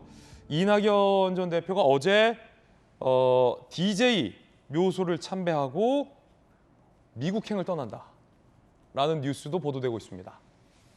인생은 아름답고 역사는 발전한다. 김대중 전 대통령의 발언을 다시 꺼내 들었습니다. 내일 미국행. 그런데 이게 떠나는 게 아니라 빨리 돌아오기 위한 거 아니냐라는 얘기도 나옵니다. 1년간 조지 워싱턴대 한국학 연구소에서 남북관계 국제정치를 공부한다. 당 상황 때문에 빠른 복귀 요청 가능성도 있다. 라는 얘기를 벌써 떠나기도 전에 가기도 전에 빠른 복귀 요청 언급을 이 전 대표 측근 의원이 이야기를 하고 있습니다. 결국은 전당대회 얘기 아니겠습니까? 그 민주당에는 지난 문재인 대통령의 길을 걷고자 하는 분들이 많은 것 같습니다. 예. 그러니까 대통령 선거 12년도 선거에서 박근혜 당시 대통령에게 낙선을 했죠. 그게 큰 표 차이는 아니었습니다만 그 뒤로 어떻게 그 다음 단계를 밟아야 될 것인가를 고민하다가 결국 전당대회에서 다시금 당대표를 하게 되고 당의 전체적인 장악이 이루어지고 난 다음 재수에 성공했던 전례가 있지 않습니까? 그러니까 누군가에 의해서 이렇게 쭉 업혀가는 방식으로 정치를 시도할 수는 있겠습니다만은 결국 그 다음에 대통령 선거에서 중요한 역할을 하기 위해서는 당권을 거머쥐어야 되고 그 당권을 거머쥔 중요한 시점이라는 것은 결국 총선을 앞두고 있던 당권으로 총선 국회의원 네. 선거에 영향력을 행사할 수 있을 때만이 그 다음 대권에 다가설 수 있는 일이겠죠. 그러니까 이번에 뽑게 될 민주당 예. 당대표가 되게 중요하다. 그런데 이게 원래는 그런데요. 원래는 그런데. 원래는 그런데 민주당의 과거의 전례를 보게 되면 지도부가 몇 개월을 못 견디고 계속 바뀌어내는 순환의 시대가 있었던 적이 있습니다. 예를 들어 8호 전대를 합니다. 8호 전대에서 지도부가 만들어지는데 하는 족족 국민의 여론의 반대에 부딪히거나 지지율이 급전직하 추락을 하게 되는 상황이 오게 되면 이대로 총선을 치를 수가 없지 않습니까? 그럼 지도부 조기 해체, 또 조기 전대를 다시 할 수도 있게 되는 여러 상황들이 있는 터라 많은 복잡한 방정식을 가지고 계산을 할 것 같아요. 다만 중요한 건 그 어떤 때가 되더라도 총선을 앞두고 있는 한 1년 정도 시점에는 국내에 돌아와서 정치적 발판을 마련하지 않으면 다음번 대통령 선거로 이어지기가 쉽지 않기 때문에 그 길을 걸으려고 하는 것 같고요. 지금 김대중 전 대통령 얘기를 하고 있고 호남에서 중요한 역할들을 해왔던 게 이낙연 전 대표 아닙니까? 이번 지방선거에서 가장 특이할 점 하나가 호남 지역에서 정말 낮은 투표율이 나왔다는 거죠. 투표를 하러 아예 안 갔어요. 광주 같은 경우는 굉장히 적게 갔죠. 이게 의미하는 바가 무엇이냐. 결국 민주당의 사실상 가장 중요한 역할을 하고 있는 호남 지역에서 이재명 의원에 대해서 정치적인 사망 선고를 던진 것이 아니냐 이렇게 분석할 수 있는 여지도 있기 때문에 그런 내용들을 주요하게 파고 들어가면서 앞으로 정치 행보를 이낙연 전 대표가 해나가지 않을까라고 전망들을 하는 것 같습니다. 한국경제 제목 보세요. 이낙연 1년간 미국에서 인맥 따질 듯 친명 장악된 복귀 힘들어질 수도 조기 복귀를 얘기한 사람이 있는가 하면 벌 떠나지도 않았는데 복귀 힘들 수도 있다. 이런 얘기가 벌써부터 나오기도 합니다. 동시에 몸을 풀고 있는 사람이 있습니다. 의외의 인물인데 박지원 전 국가정보원장입니다. 최근 민주당을 강하게 때렸죠. 2연패한 민주당은 내부 총질에 혼연일체가 돼 있다. 너 죽고 나 살자 한다면 3연패가 기다릴 뿐이다. 이러다 총선 진다. 이런 얘기까지 박지원 전 비대위원 국정원장이 하고 있습니다. 일각에서는 지금 몸 푸는 거 아니냐 이런 얘기도 합니다. 전재수 의원님, 이낙연 전 대표 같은 경우는 이재명 후보를 강하게 비판했어요. 책임질 사람이 책임 안 지고 또 남 탓한다, 질린다. 박지원 전 원장도 비슷하게 당을 사유화했다 이런 얘기도 했는데 어떻게 보십니까? 이 두 분의 몸풀기. 그러니까 다 지난 일인데 저렇게까지 할 필요가 있겠나 싶고 일단은 좀 안타깝고 아쉬운 거는 이런 겁니다. 그러니까 지방선거 때 죄송합니다. 말씀 중에 지금 현충일을 기념해서 서울 국립현충원에 윤석열 대통령이 지금 모습을 등장했군요. 현충원 추도식에 윤석열 대통령이 임기 시작된 이후에 처음으로 열리는 현충원의 추념식 아니겠습니까? 지금 뒤에 부인인 김건희 여사도 모습을 드러내고 있습니다. 까만 옷차림에 김건희 여사가 각자 지금 우산을 들었고 윤석열 대통령이 지금 지금 대한민국 대통령 모습을 등장하고 있습니다. 이 공식 입장입니다. 차량에서 내려서 윤석열 대통령과 김건희 여사는 이번에도 한참 뒤에서 좀 자세히 봐야 찾을 수 있을 정도로 한참 뒤에서 남편인 윤석열 대통령을 따라서 이제 입장하는 그런 모습입니다. 임기 이후 처음으로 열리는 지금 현충원의 추념식에 윤석열 대통령이 직접 참석해서 추념사를 하겠다라고 지금 밝힌 만큼 대통령 후보가 지금 내외가 입장을 하고 있고요. 사실 최근 북한이 계속해서 연이어 윤석열 정부를 시험하려는 듯 도발을 하고 있습니다. 앞서 제가 신문 읽어주는 남자에서도 브리핑에 드렸다시피 미사일을 여러 곳에서 동시다발적으로 미사일 종류를 막 섞어서 쏩니다. 소나기 발사를 하고 있기 때문에 지금 안보를 북한이 흔들고 있다. 그 가운데서 오늘 지금 나라를 위해서 희생한 우리 호국 영웅들을 추념하고 기념하는 추념식이 열리는데 대통령 내외가 의지를 갖고 참석을 해서 입장을 한 모습 살펴드렸습니다. 현충문이 착 보이는군요. 국립현충원의 저 현충문을 보면 언제 봐도 그 현충문을 보면 저는 참 숙연해집니다. 나라를 위해서 목숨을 던진 우리 호국 영령들의 이 높은 뜻 앞에 이 현충문 앞에 서면 고개가 좀 숙연해지는데 대통령 내외가 그 현충문 앞에 입장을 완료했고요. 잠시 후에 대통령이 직접 연설을 할 때 저희가 다시 현충원으로 가서 생중계해드리도록 하겠습니다. 자, 전재수 의원님 말씀 중에 네. 현장 속보가 들어왔습니다. 네, 오늘이 현충일이죠. 네. 국가를 위해서 이제 목숨을 바친 분들을 기념하고 또 기억하는 날입니다. 여기 광화문에는 비가 안 오는데 동작동이잖아요. 동작동에는 비가 내리는 저기는 지금 비가 내리는. 그러네요. 예. 일단은 이낙연 대표께서 선거 끝나고 이틀 만에 이제 사실은 역사는 진보한다. 김대중 대통령의 말씀을 그런 말씀을 참 하셨으면 어땠을까라는 아쉬움이 있고 또 이재명 후보에게도 마찬가지입니다. 지방선거라는 전국 단위 선거가 있으면 어떤 경선에서 가장 강력하게 경쟁을 했던 이낙연 전 대표에게도 지원 요청을 좀 하셔서 전국 유세도 좀 댕기게 하고 예, 그랬으면 좀 어쨌을까라는 좀 아쉬움이 있습니다. 당이 이게 망조의 길을 갈 것인지 아니면 새로운 70년의 역사를 새롭게 출발할 것인지 정말 기로에 서 있는데 당의 중요한 분들이 조금 좀 갈등의 전면에 나서지 않고 좀 의원들 면담도 하고 전화 통화도 하고 좀 싸움은 좀 뜯어말리고 뭐 그런 모습들을 좀 보여주는 것이 좋지 않을까 그런 기대를 가지고 있습니다. 사실 뭐 지금 전재수 의원 고군분투 홀로 싸우지 마라,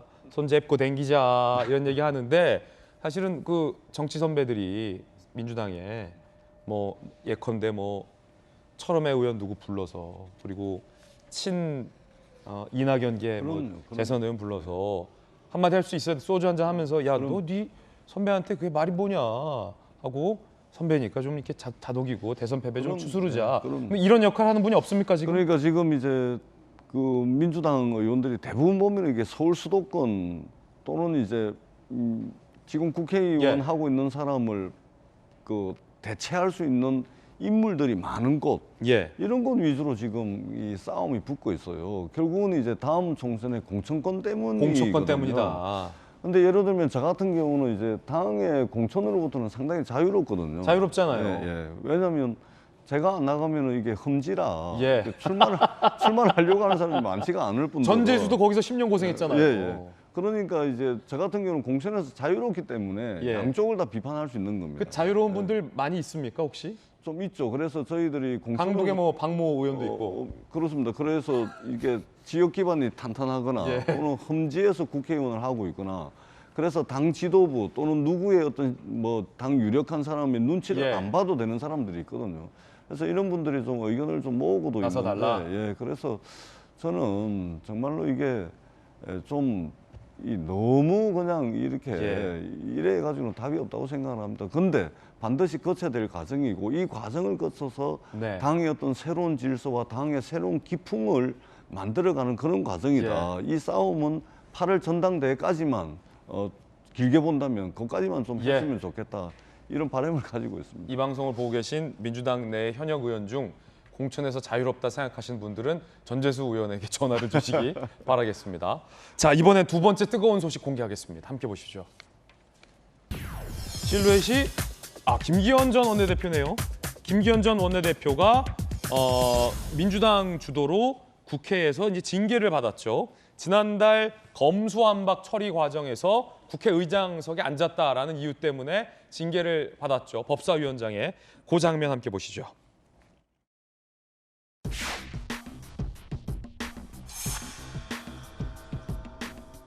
지금 뭐 하시는 거예요, 지금?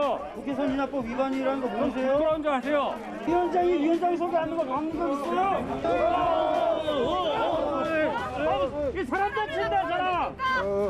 아니, 사람 다친다. 가봐. 밀지 마! 이런 꼼수 날치기에 대해서 저는 국민의 유입을 받은 대리인으로서 절대 이 법이 통과돼서는 안 된다는 당연한 의지를 가지고 저항권을 행사했습니다. 헌법에 정해진 저항권입니다. 용납할 수 없는 이런 폭력에 대해서 또 다른 상황이 그와 같은 상황이 반복되더라도 똑같은 행동을 할 것입니다. 제가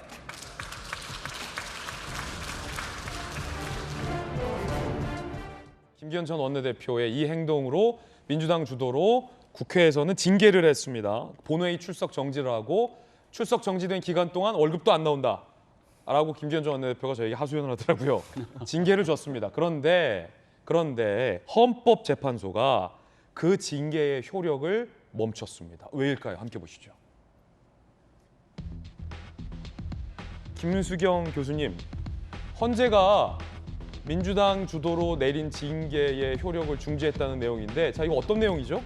그러니까 좀 전에 보셨지만 그 검수완박 법안 통과 당시에 법사위원장 자리에 점거했다는 이유로 이제 30일 동안 국회 출석 정지의 징계를 받았죠. 예. 근데 그거에 대해서 이제 헌법재판소에서 재판관 전원 일치의 의견으로 전원 일치요? 네, 이 효력을 중지한다라는 판결을 내렸습니다. 결정을 내렸는데 그 이유는 뭐냐면은 어쨌든 법률안을 심의하고 어떤 표결하는 이러한 권한은 국회의원의 가장 중요한 아주 그 핵심적인 권한인데 이걸 못하게 한다는 예. 것은 굉장히 중대한 손해가 발생할 수밖에 없고 또 그거 말고도 지금 본안으로 지금 권한쟁의 심판 청구된 게 지금 논의가 되고 있는데 그때 설령 김기현 의원의 손을 들어준다 하더라도 이미 발생한 이 손실은 복구가 불가능하기 때문에 재판관 전원 일치의 의견으로 이 효력은 중지한다라는 결정이 내려졌습니다. 그렇군요. 법원이 아니라 헌재가 효력을 중지하는군요. 박성배 변호사님, 헌재는 뭐 어떤 판단을 한 겁니까, 그러면? 국회법 155조는 국회의원의 징계 사유를 규정하면서 10호로 위원장석을 점거한 경우에는 윤리위의 심사를 거치지 않고도 본회의 의결만으로 징계가 가능하도록 규정하고 있습니다. 김기현 의원 입장에서는 명백하게 위원장석을 점거한 행위를 징계 사유로 규정하는 규정이 별도로 존재하기 때문에 이 자체를 두고 징계 사유가 존재하지 않는다든가 징계가 과다하여 부당하다는 취지의 주장을 하기에는 다소 부족한 면이 있다고 판단한 것 같습니다. 그렇다면 이 징계 절차의 위법성을 문제 삼는다면 징계 자추가 무효로 될 수 있다. 즉 윤리위의 의결을 거치지 않고 곧바로 본회의 의결만으로 징계가 가능하도록 한 국회법 155조가 위헌이라는 전제에서 국회를 상대로 권한쟁의 심판을 청구하고 아울러 징계 절차의 효력을 중지해달라는 가처분 신청을 하게 된 것입니다. 이에 대해서 헌법재판소는 국회의원에게 여러 권한이 부여되어 있지만 가장 중요한 권한은 뭐니 해도 입법에 대한 권한이고 30일 동안 출석을 하지 못하도록 하는 징계가 그대로 유지될 경우에는 법률안 표결 심의권이 침해된다. 이러한 사정은 방지해야 한다는 취지로 가처분을 받아들이게 된 것입니다. 그렇군요. 즉, 가처분을 받아들이는 가장 중요한 기준은 회복하기 어려운 손해가 발생할 우려가 있는가 여부입니다. 물론 본안에서 청구가 이유 없음이 명백한 경우에는 가처분을 받아들이지 않습니다. 일단은 헌법재판소가 이 가처분을 받아들였습니다만 본안에서 다루어야 할 징계 자체가 정당한지 여부는 별개의 판단 문제라고 할 수 있습니다.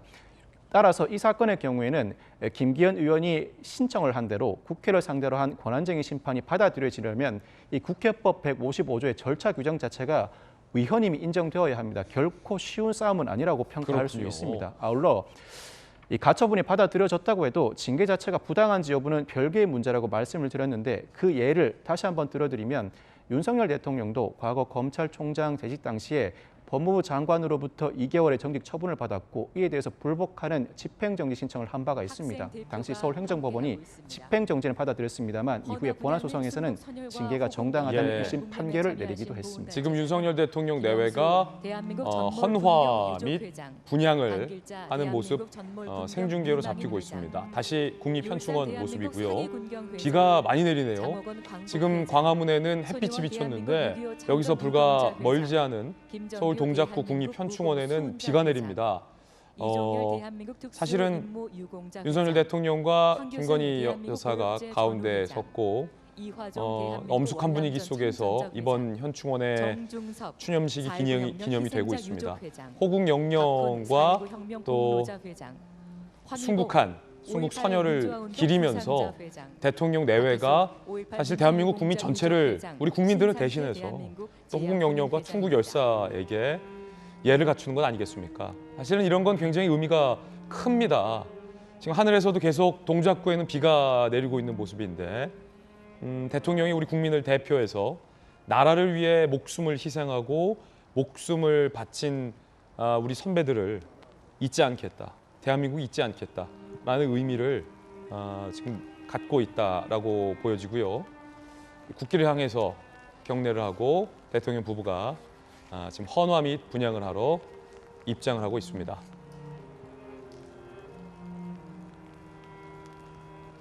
지금 저희 중계 카메라에도 빗물이 촉촉하게 맺혀서 지금 잡혀 있는 모습입니다.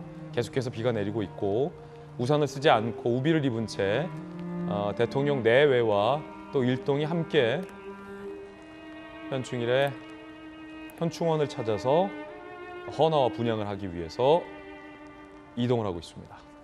현장 장면 쭉 계속 보시겠습니다.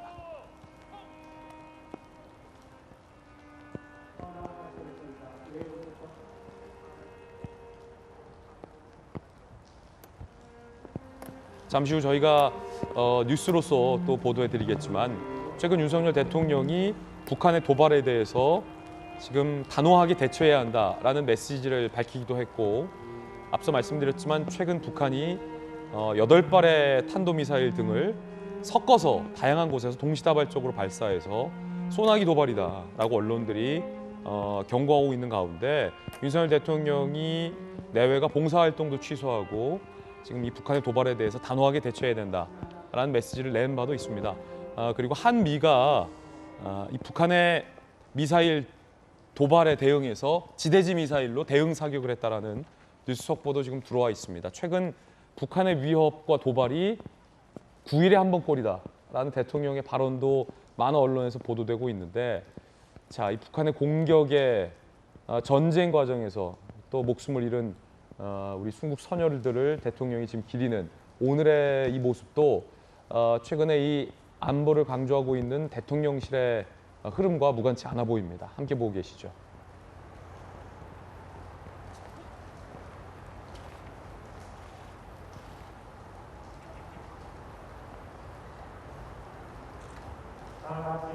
자, 이제는 대통령 내와 일동이 묵념을 하는 순서가 기다리고 있습니다.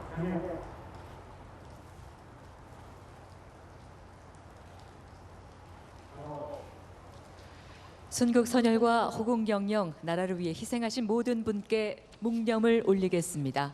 일동 묵념. 윤석열 대통령과 김건희 여사 그리고 일동들이 지금 묵념을 하고 있습니다. 대통령 임기 시작 이후 첫 현충일이고요. 첫 현충일의 추념식을 대통령이 직접 참가해서 챙기겠다라는 의미로 풀이가 됩니다. 전쟁은 수많은 비극을 양산합니다. 특히 동족 간의 전쟁은 그 비극의 폭이 더 큽니다. 이건 시간이 지나도 해소되지 않는 비극이고 슬픔이고 아픔입니다. 현충원에 묻힌 수많은 순국 선열들의 가족과 후손들은 그 비극의 아픔과 고통을 평생토록 안고 살아갈 수밖에 없고 그렇기 때문에 온 국민이 현충일을 따로 지정을 해서 이 고통을 함께 느끼고 추모하고 기억하는 겁니다. 용산에 가면 전쟁 기념관에 수많은 순국자들의 이름이 새겨져 있습니다. 현충원과 마찬가지로 바로 우리 시청자 여러분들도 한 번쯤 현충원과 또 전쟁 기념관 등의 순국패를 한 번쯤 찾아보는 것도 좋은 또 나라를 기리는 6월의 특별한 방법일 수 있다라는 생각이 듭니다. 참 이 현충원의 현충사만 보면은 현충원의 이 추념식만 보면 좀 마음이 숙연해집니다. 저도 기자를 하면서 특별히 이제 국방부 출입을 하면서 현충일의 기념식을 많이 취재를 찾아가 본 적이 있고 최근에는 김병미 대변인 저희 첫째 아들이 5살, 둘째 딸이 이제 24개월인데 아들, 딸, 피부치 아들, 딸을 데리고 전쟁 기념관을 찾은 적이 있습니다. 일부러 가서 좀 우리 아들한테 보여주고 6.25 전쟁이 어떤 의미인지 북한이 우리를 새벽에 쳐들어와서 수많은 동족 간의 희생을 낳은 전쟁이다라고 하면서 이 순국패를 제가 쭉 5살 아들하고 24개월 딸에게 보여준 바 있는데 아들은 언뜻 이해하는데 딸은 아직 모르더라고요. 좀 어떤 대통령의 이 같은 행보도 그런 의미가 있다라고 보시죠. 윤석열 잊지 않겠다. 대통령은 그 정치에 참여하는 그 초창기부터 했던 얘기들이 저는 아직도 생생히 기억나는데요. 나라를 위해서 헌신하신 분들이 분노하지 않는 나라를 만들겠다라고 초창기에 언급했던 기억들 아마 나실 겁니다. 지난날 문재인 정부에도 많은 공과 과가 있겠습니다만은 그 가장 안 좋은 과 중에 하나는 북한의 여러 도발 행동들에 대해서 단호하고 분명한 메시지를 내지 못했고 천안함 희생 유족들을 비롯해서 여기에 대한 과거에 있었던 우리 대한민국의 많은 아픈 역사들에 대해서 제대로 언급하거나 말 한마디 보태지 못했던 상황들 때문에 오히려 나라를 위해서 헌신하고 희생하셨던 분들이 정말 가슴앓이를 할 수밖에 없었던 역사적 사건들이 있었습니다. 이런 일들 좀 바로 잡았으면 좋겠다라고 생각되는 의지들을 갖고 있었고 현충원에도 아마 그 어떤 정치인보다 참 많은 발걸음을 옮겼던 기억들이 나고요. 윤석열 대통령 얼마 전에 썼던 모자랑 티셔츠가 또 화제가 된 바가 있지 않았습니까? 천안함에 관련된 그런 내용들을 담고 있는 티셔츠와 모자들까지 아마 대통령이 가지고 있는 이런 모습들은 우리 대한민국 국민 한 명 한 명이 갖고 있는 가장 기본적인 상식에 기반하고 있는 일이라고 생각합니다. 오늘 현충일을 맞은 추념사에서 이런 내용들을 바탕으로 좋은 메시지들이 잘 발신됐으면 좋겠습니다. 예, 현충일 이야기 나와서 말인데 앞서서 이제 북한의 도발 이야기와 계속 이어집니다. 그래서 저희들이 준비한 다음 이야기도 자연스럽게 연결이 됩니다. 그 이야기 지금 시작하겠습니다. 자, 뭐 북한의 도발을 갖고 호들갑 떨 일은 아닙니다, 분명. 하지만 북한이 어떤 의미로 지금 우리에게 명백히 위협을 가하는가는 냉정하게 알고 있어야 할 것 같습니다. 북한이 소나기 미사일을 발사했고 한미가 8발 대응 사격을 했다라는 이야기도 들어와 있습니다. 북한이 4곳의 각각 다른 지역에서 8종의 미사일을, 탄도미사일은 UN 결의 위반입니다. 탄도미사일을 종류까지 섞어가면서 무더기로, 소나기로 발사를 했습니다. 북한이 이런 적은 굉장히 이례적인 도발입니다. 함께 보시죠.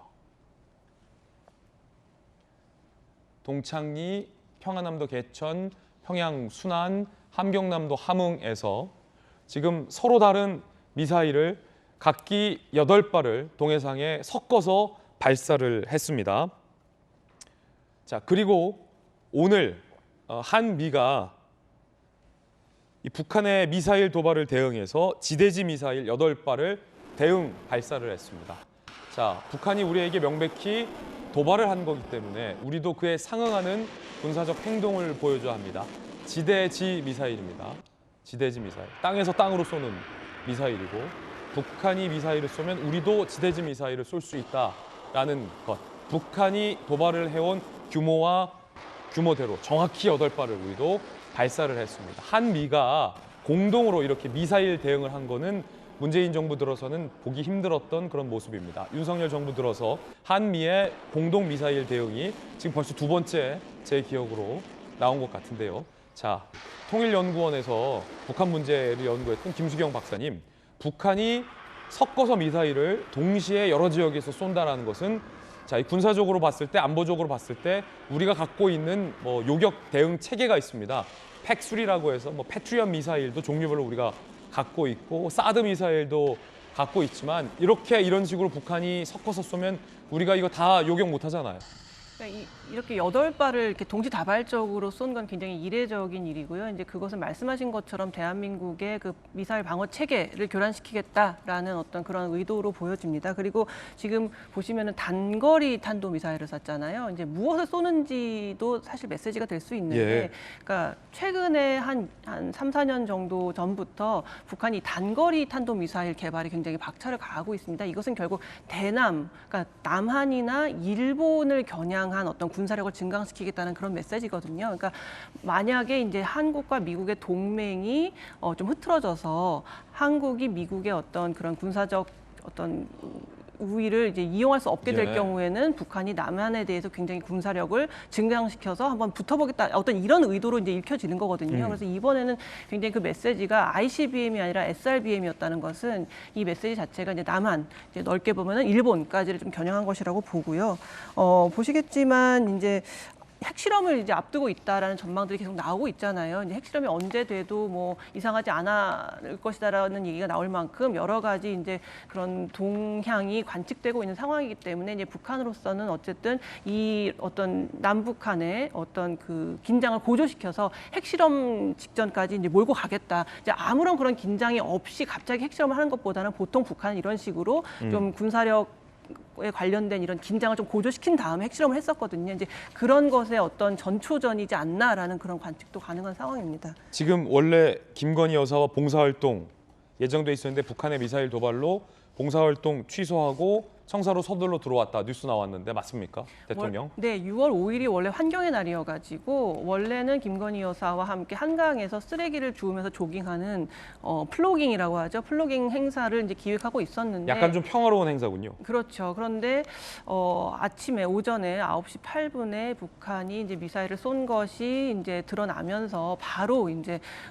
용산으로 이제 청사로 이제 출근을 해서 NSC가 열렸는데 사실 NSC가 이제 상임위를 먼저 열거든요. 예. 그런데 이제 상임위를 열어서 이게 지금 대통령이 주재하는 전원회의로 갈 것인지 말 것인지를 보통은 결정을 하는데 이번에는 그냥 그 상임위가 열리고 있는 중간에 대통령이 참석을 해가지고 그 모든 보고를 받고 80분 정도의 이제 그 회의를 했다고 합니다. 그래서 일각에서는 이게 전원회의가 되지 않은 게 그만큼 지금 북한의 상황을 중대하다고 보지 않는 거냐라고 보는 시각도 있지만 그게 아니라 대통령이 중간에 와서 아예 그 상임위에 참여를 했기 때문에 전원회의로 확대하지는 않았다. 하지만 전원회의나 마찬가지였다라고 지금 보도가 되고 있는 상황입니다. 자, 윤석열 대통령이 북한이 9일에 한복골로 도발하고 있다라고 밝힌 바 있습니다. 자, 그럼 여기서 우리가 봐야 할 것은 명확합니다. 북한이 왜 이렇게 9일에 한복골로 우리를 향해서 도발을 하느냐, 도발의 목적과 의미가 뭐냐, 이걸 파악하는 게 중요할 텐데 대통령은 군 통수권자는 어떻게 북한의 도발 목적을 파악했을까요? 윤석열 대통령입니다. SNS 내용인데요. 함께 보시죠.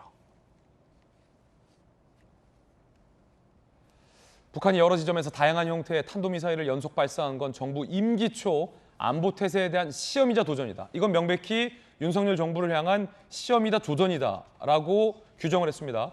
북한 정권이 핵과 미사일 위협으로 얻는 것은 아무것도 없음을 하루빨리 깨닫고 대화와 협력의 길로 나올 걸 촉구한다라고 경고 메시지까지 냈습니다.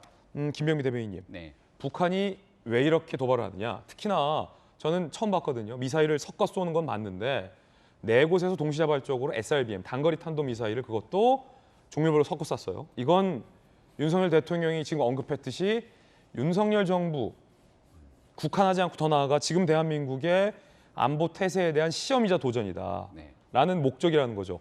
자, 우리가 북한이 이렇게 쐈을 때 대한민국이 과연 요격할 수 있냐? 어떡할래? 어쩔래?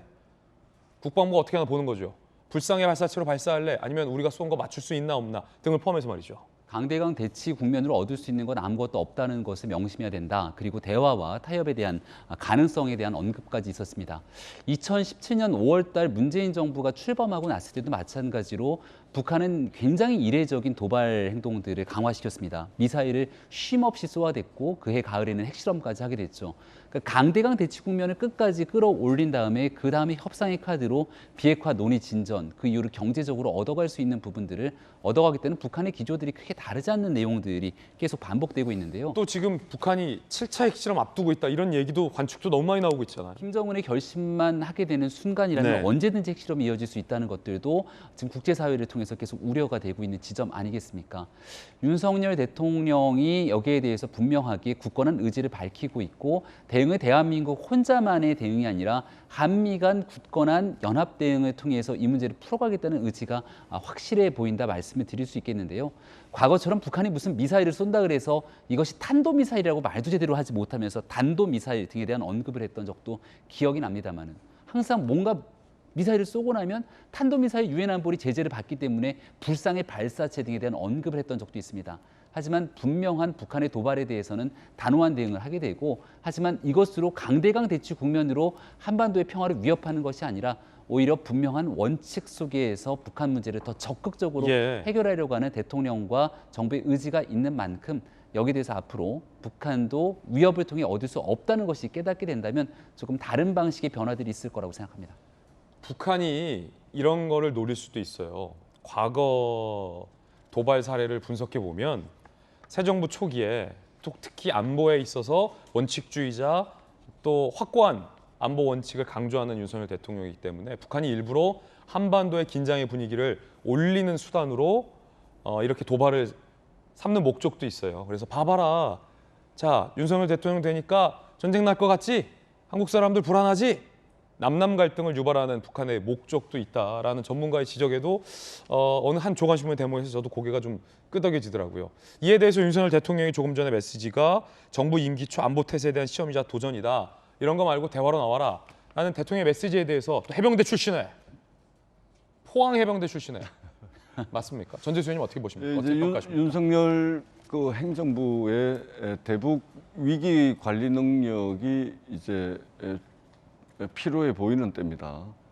북한이 미사일을 쏘는데 어떻든 지금 현재는 강대강 국면으로 좀 예. 그렇게 대응을 하는 것 같고 지금 이제 대내외적으로 경제적으로 지금 3고 현상 때문에 경제와 민생이 상당히 어렵습니다. 어렵죠. 이러한 와중에 또 남북 관계조차 강대강 국면으로 치달아 가지고 혹여 이것이 무력 충돌로 이어져 가지고 대한민국 국민의 생명과 재산, 안전이 위협받지 않도록 각별한 위기 관리 능력이 절실하게 필요해 보인다.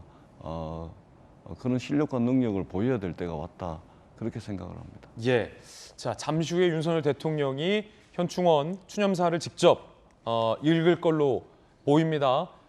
CM 광고 보고 와서 생중계해드리겠습니다. 67회 현충일 추념식이 동작구 국립현충원에서 열리고 있고 대통령 내외가 참석을 했습니다.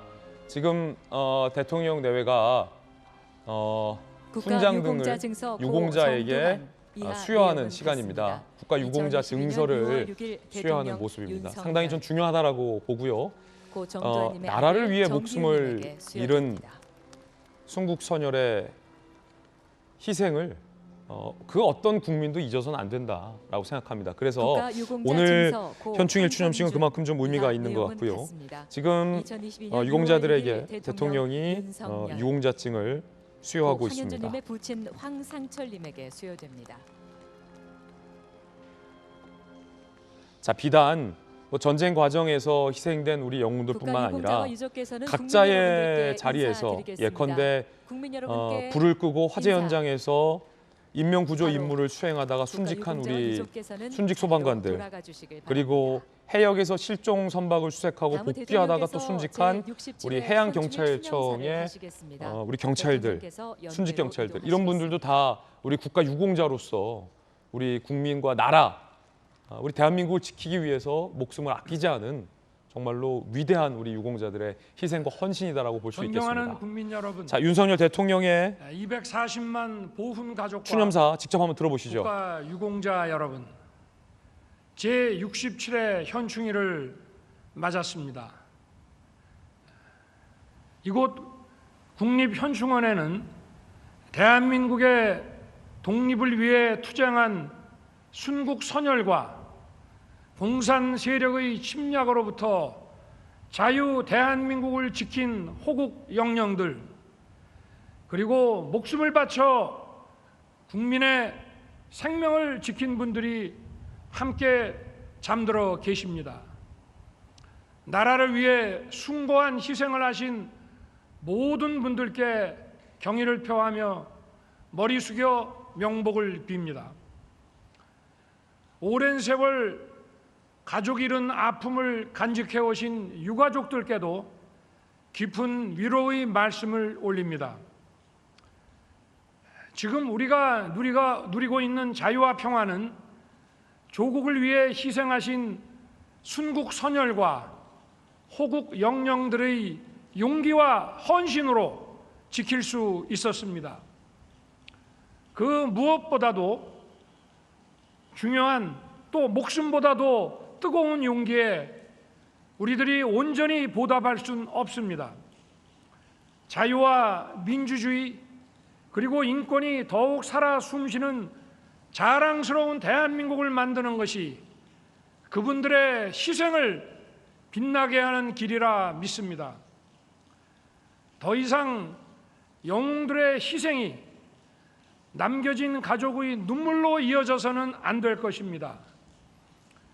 국가의 안보와 국민의 안전을 지키는 것이 영웅들의 사명이었다면 남겨진 가족을 돌보는 것은 국가의 의무입니다. 국가 유공자와 유족들을 더욱 따뜻하게 보듬겠습니다. 확고한 보훈 체계는 강력한 국방력의 근간입니다.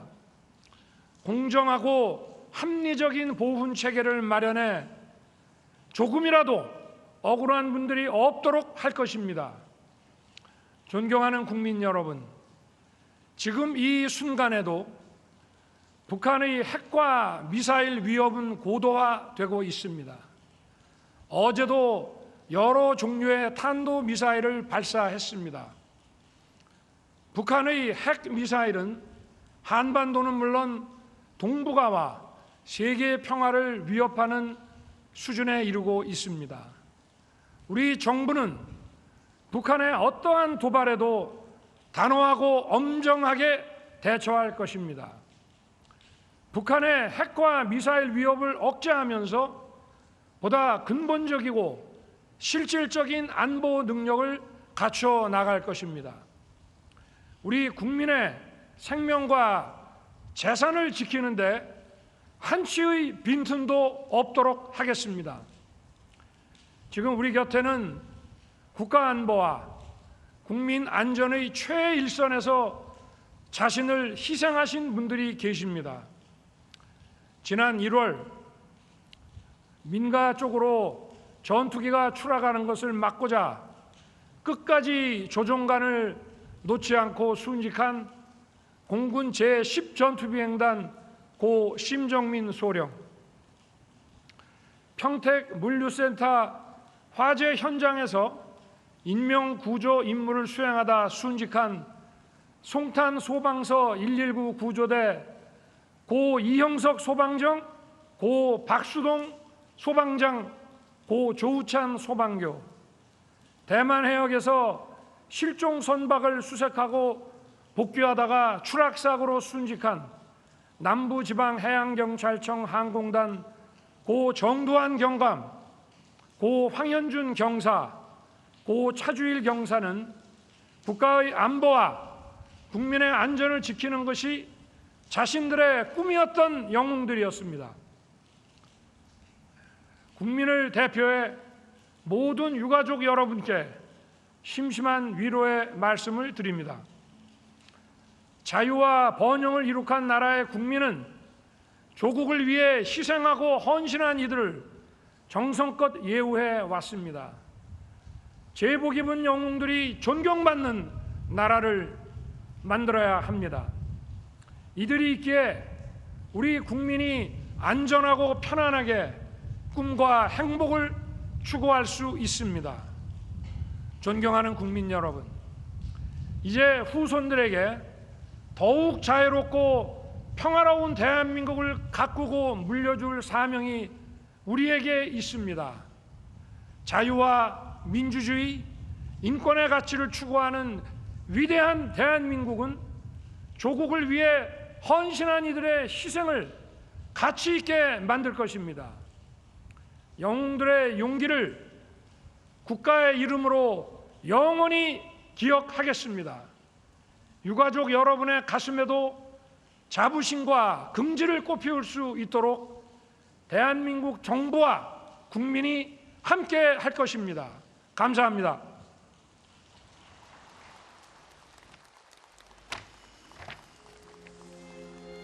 국립현충원의 현충문 앞에서 대통령이 서서 현충사를 연설을 했습니다.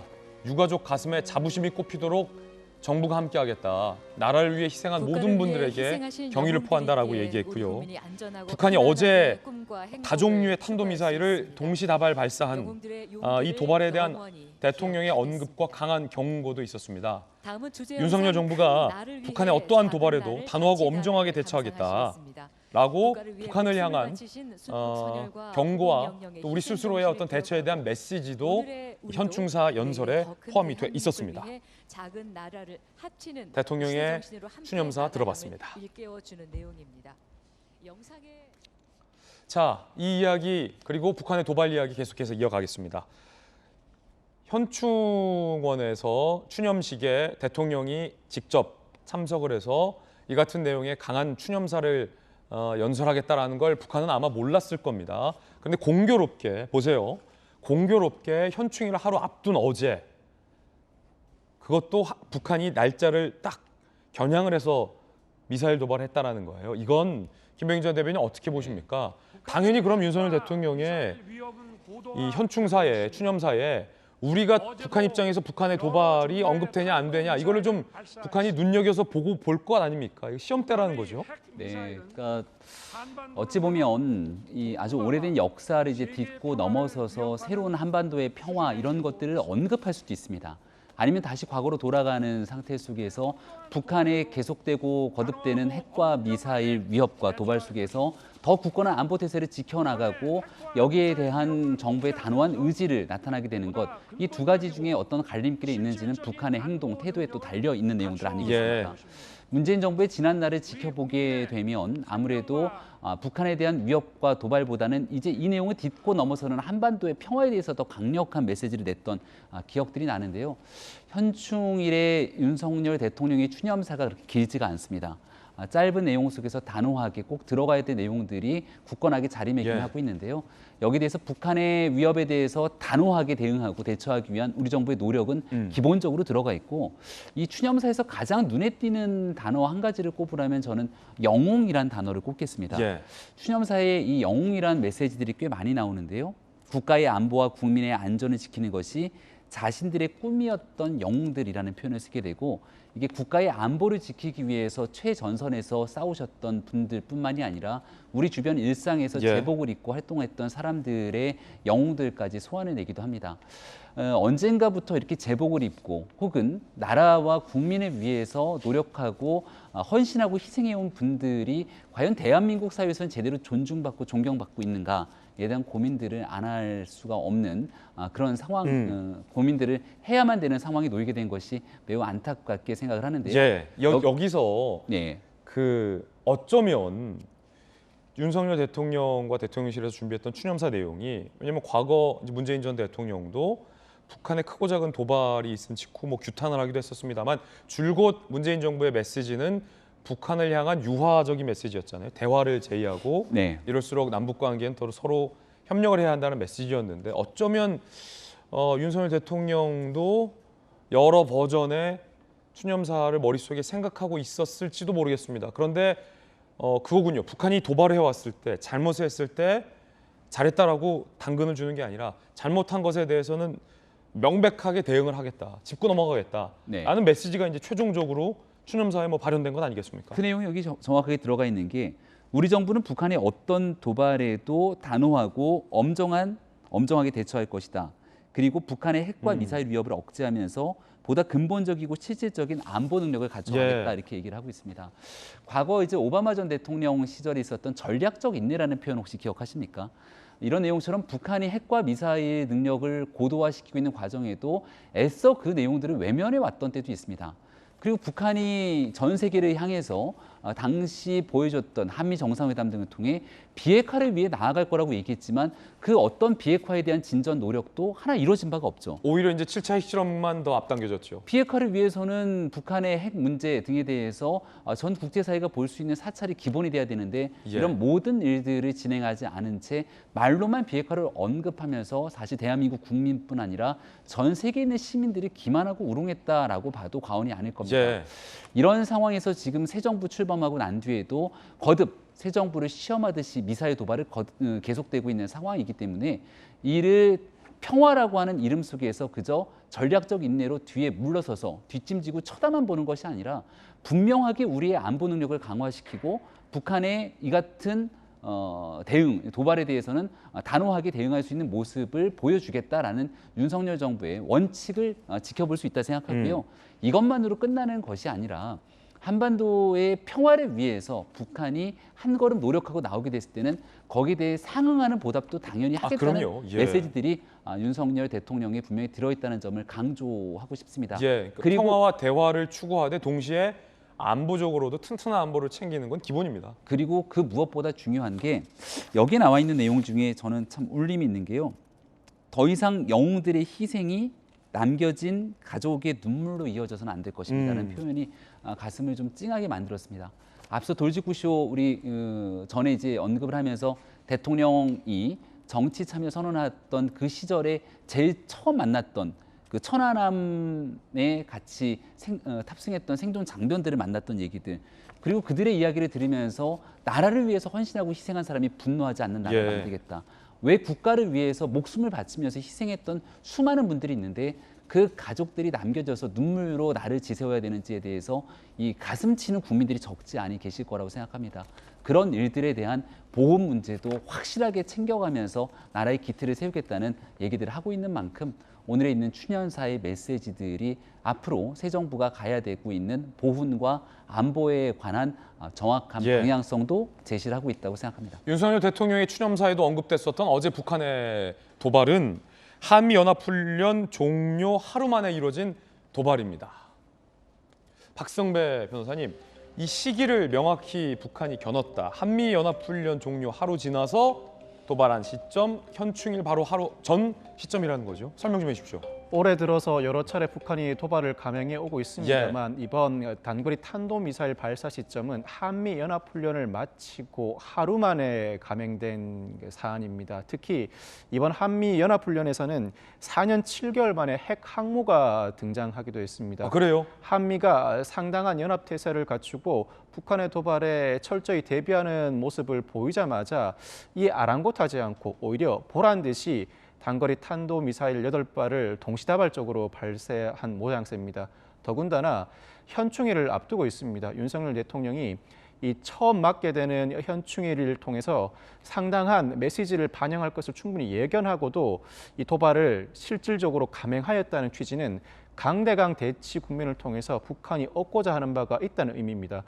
전쟁을 불사하겠다는 의미도 있을 수 있습니다만 그보다도 강대강 대치를 통해서 어떠한 대가를 얻고자 하는데 이 과정에서 남한이 어떠한 태도를 취한다고 하더라도 북한은 자기만의 길을 가겠다. 더더군다나 핵실험 모라토리엄을 폐기하고 핵실험이 임박해 있다는 징후도 여러 곳에서 포착되고 있습니다. 자신만의 길을 가겠다는 의지를 표명한 것으로 보이는데 국제사회의 정세를 이용한 북한의 도발 감행이 어떠한 결과로 이어질지는 예단할 수 없습니다만 무엇보다도 우리의 방위태세가 굳건하다면 북한은 얻고자 하는 바를 부당하게 얻는 일은 없을 것으로 봅니다. 무엇보다도 윤석열 대통령이 언급한 것처럼 제복 입은 영웅들이 홀대받지 않는 나라를 만들고 국가 유공자와 그 유족들이 충분한 배상을 받게 된다면 결국 안보란 국민들의 기본적인 인식과 그에 따른 기초적인 부분에서 출발합니다. 국군의 일부 부적절한 태도들, 특히 안보와 관련한 부적절한 태도가 구멍으로 지적되면서 여러 차례 비판을 받아오기도 했습니다. 이러한 구멍들은 국민들의 확고한 안보의식과 그리고 국가의 적절하고 합당한 대우를 통해서 기본적인 구조가 형성됨으로써 보완해 나갈 수가 있습니다. 이러한 안보 태세를 갖춘다면 북한도 강대강 대치를 통해서 얻고자 하는 바를 얻겠다는 다소 그동안 반복되어 왔던 행태들 더 이상 반복하지 않을 수 있을 것이라 생각합니다. 이 극단적 낭떠러지 외교라고 하죠, 북한이. 극단적인 낭떠러지까지 상황을 몰아넣고 계속 거기서 도발을 해서 본인이 그걸 레버리지로 삼아서 얻으려는 굉장히 폭력적인 북한의 외교 수단인데 이 도발도 그런 의미가 좀 섞여 있다라는 말씀, 박성 변호사님 분석이었습니다.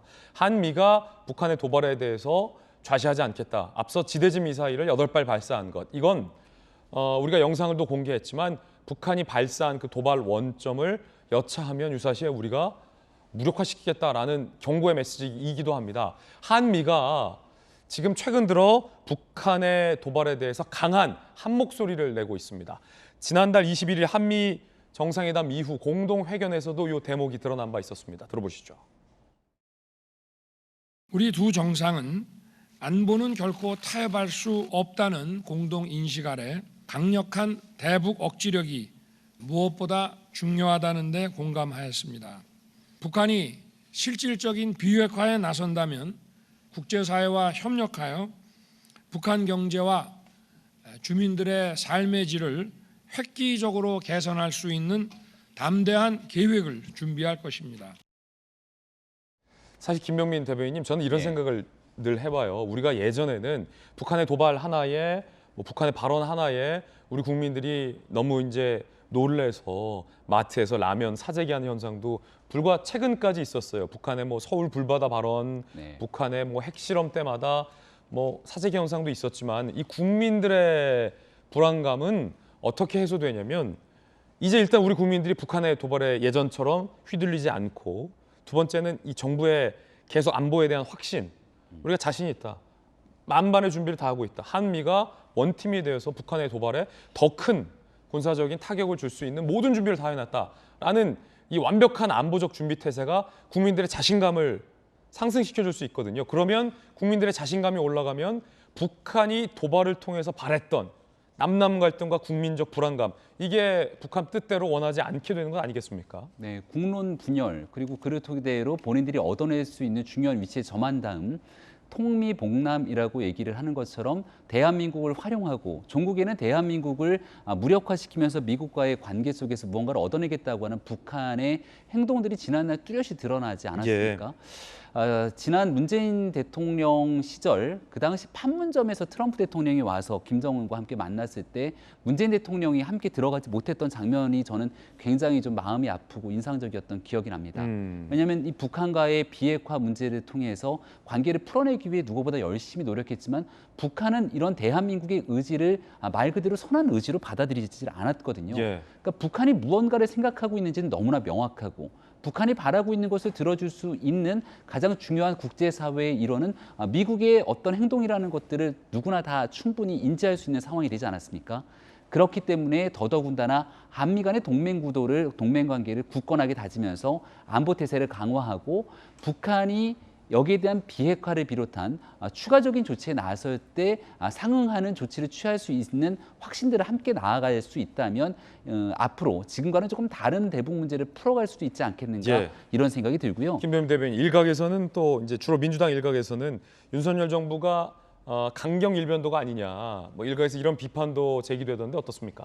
강경 일변도라면 앞서 설명드렸던 것처럼 북한이 정말 대화와 타협을 위해서 나설 준비가 돼 있으면 여기에 대해서 더 적극적인 역할을 할 것임을 충분히 윤석열 대통령이 시사하는 모습들, 이 내용들이 이제 민주당 의원들도 다 지켜보고 있을 거라고 생각을 합니다. 예컨대 권영세 통일부 장관이 계속해서 통전문 등을 보내서 북한의 코로나 상황이 심각하니까 우리가 백신 지원해주겠다, 아무 조건 달지 않고 선한 의도로 같은 동포 구하겠다라고 하는데, 북한이 지금 이것도 안 받고 있잖아요. 왜 권영세 통일부 장관을 지명하고 임명을 했는지도 좀 지켜볼 필요가 있을 것 같아요. 많은 정치 관계자들이 충분히 인지하고 있는 것처럼 권영세 장관이 초창기에 통일부 장관직을 수차례 고사했던 것들은 이미 널리 익히 알려진 사실로 볼 수 있을 텐데, 통일부 장관이 보수 정부에서 그동안 중요한 역할들을 하지 못했던 지난날의 과거들이 있습니다. 하지만 당의 사무총장으로서 지난 대통령 선거를 진두지휘하고 가장 중요한 역할을 했던 핵심적인 인물, 당의 중진 의원을 통일부 장관으로 임명했던 이유는, 그리고 박진 의원처럼 외교통이자 또 미국 바이든 대통령과 관계를 풀어가면서 핵심적인 역할을 할 수 있는 중진 의원을 외교부 장관으로 임명했던 두 축을 생각해 보게 된다면, 미국과의 관계를 두텁게 가져가는 것은 기본이고, 여기에 북한과의 문제까지도 단호하게 풀어내겠다는 대통령의 의지들이 함께 담겨져 있기 때문에 힘 있는 장관을 시킨 거다. 여기에 대해서 단순히 북한과 강대강 대치 국면으로 문제를 풀어가겠다는 것이 아니라 북한의 실질적인 문제를 해결할 수 있도록 대화하는 일들, 전혀 게을리하지 않겠다는 대통령의 의지가 권영세 장관을 통해서 저는 드러나고 있다고 생각합니다. 좋은 말씀 두 분을 통해서 함께 들었습니다. 6월 6일 현충일을 맞아서 또 의미 있는 이야기들 대담으로 보내드렸습니다. 저희들은 60초 광고 보고 다시 돌아오겠습니다. 잠시 후에 뵙겠습니다. 네, 월요일 아침 저희가 준비한 순서 모두 다 전해드렸습니다. 저희들은 내일 아침 8시 50분에 더욱더 풍성한 소식, 시원한 돌직구 들고 인사드리겠습니다. 오늘 하루는 분명 어제보다 나을 겁니다. 좋은 하루 되십시오. 고맙습니다.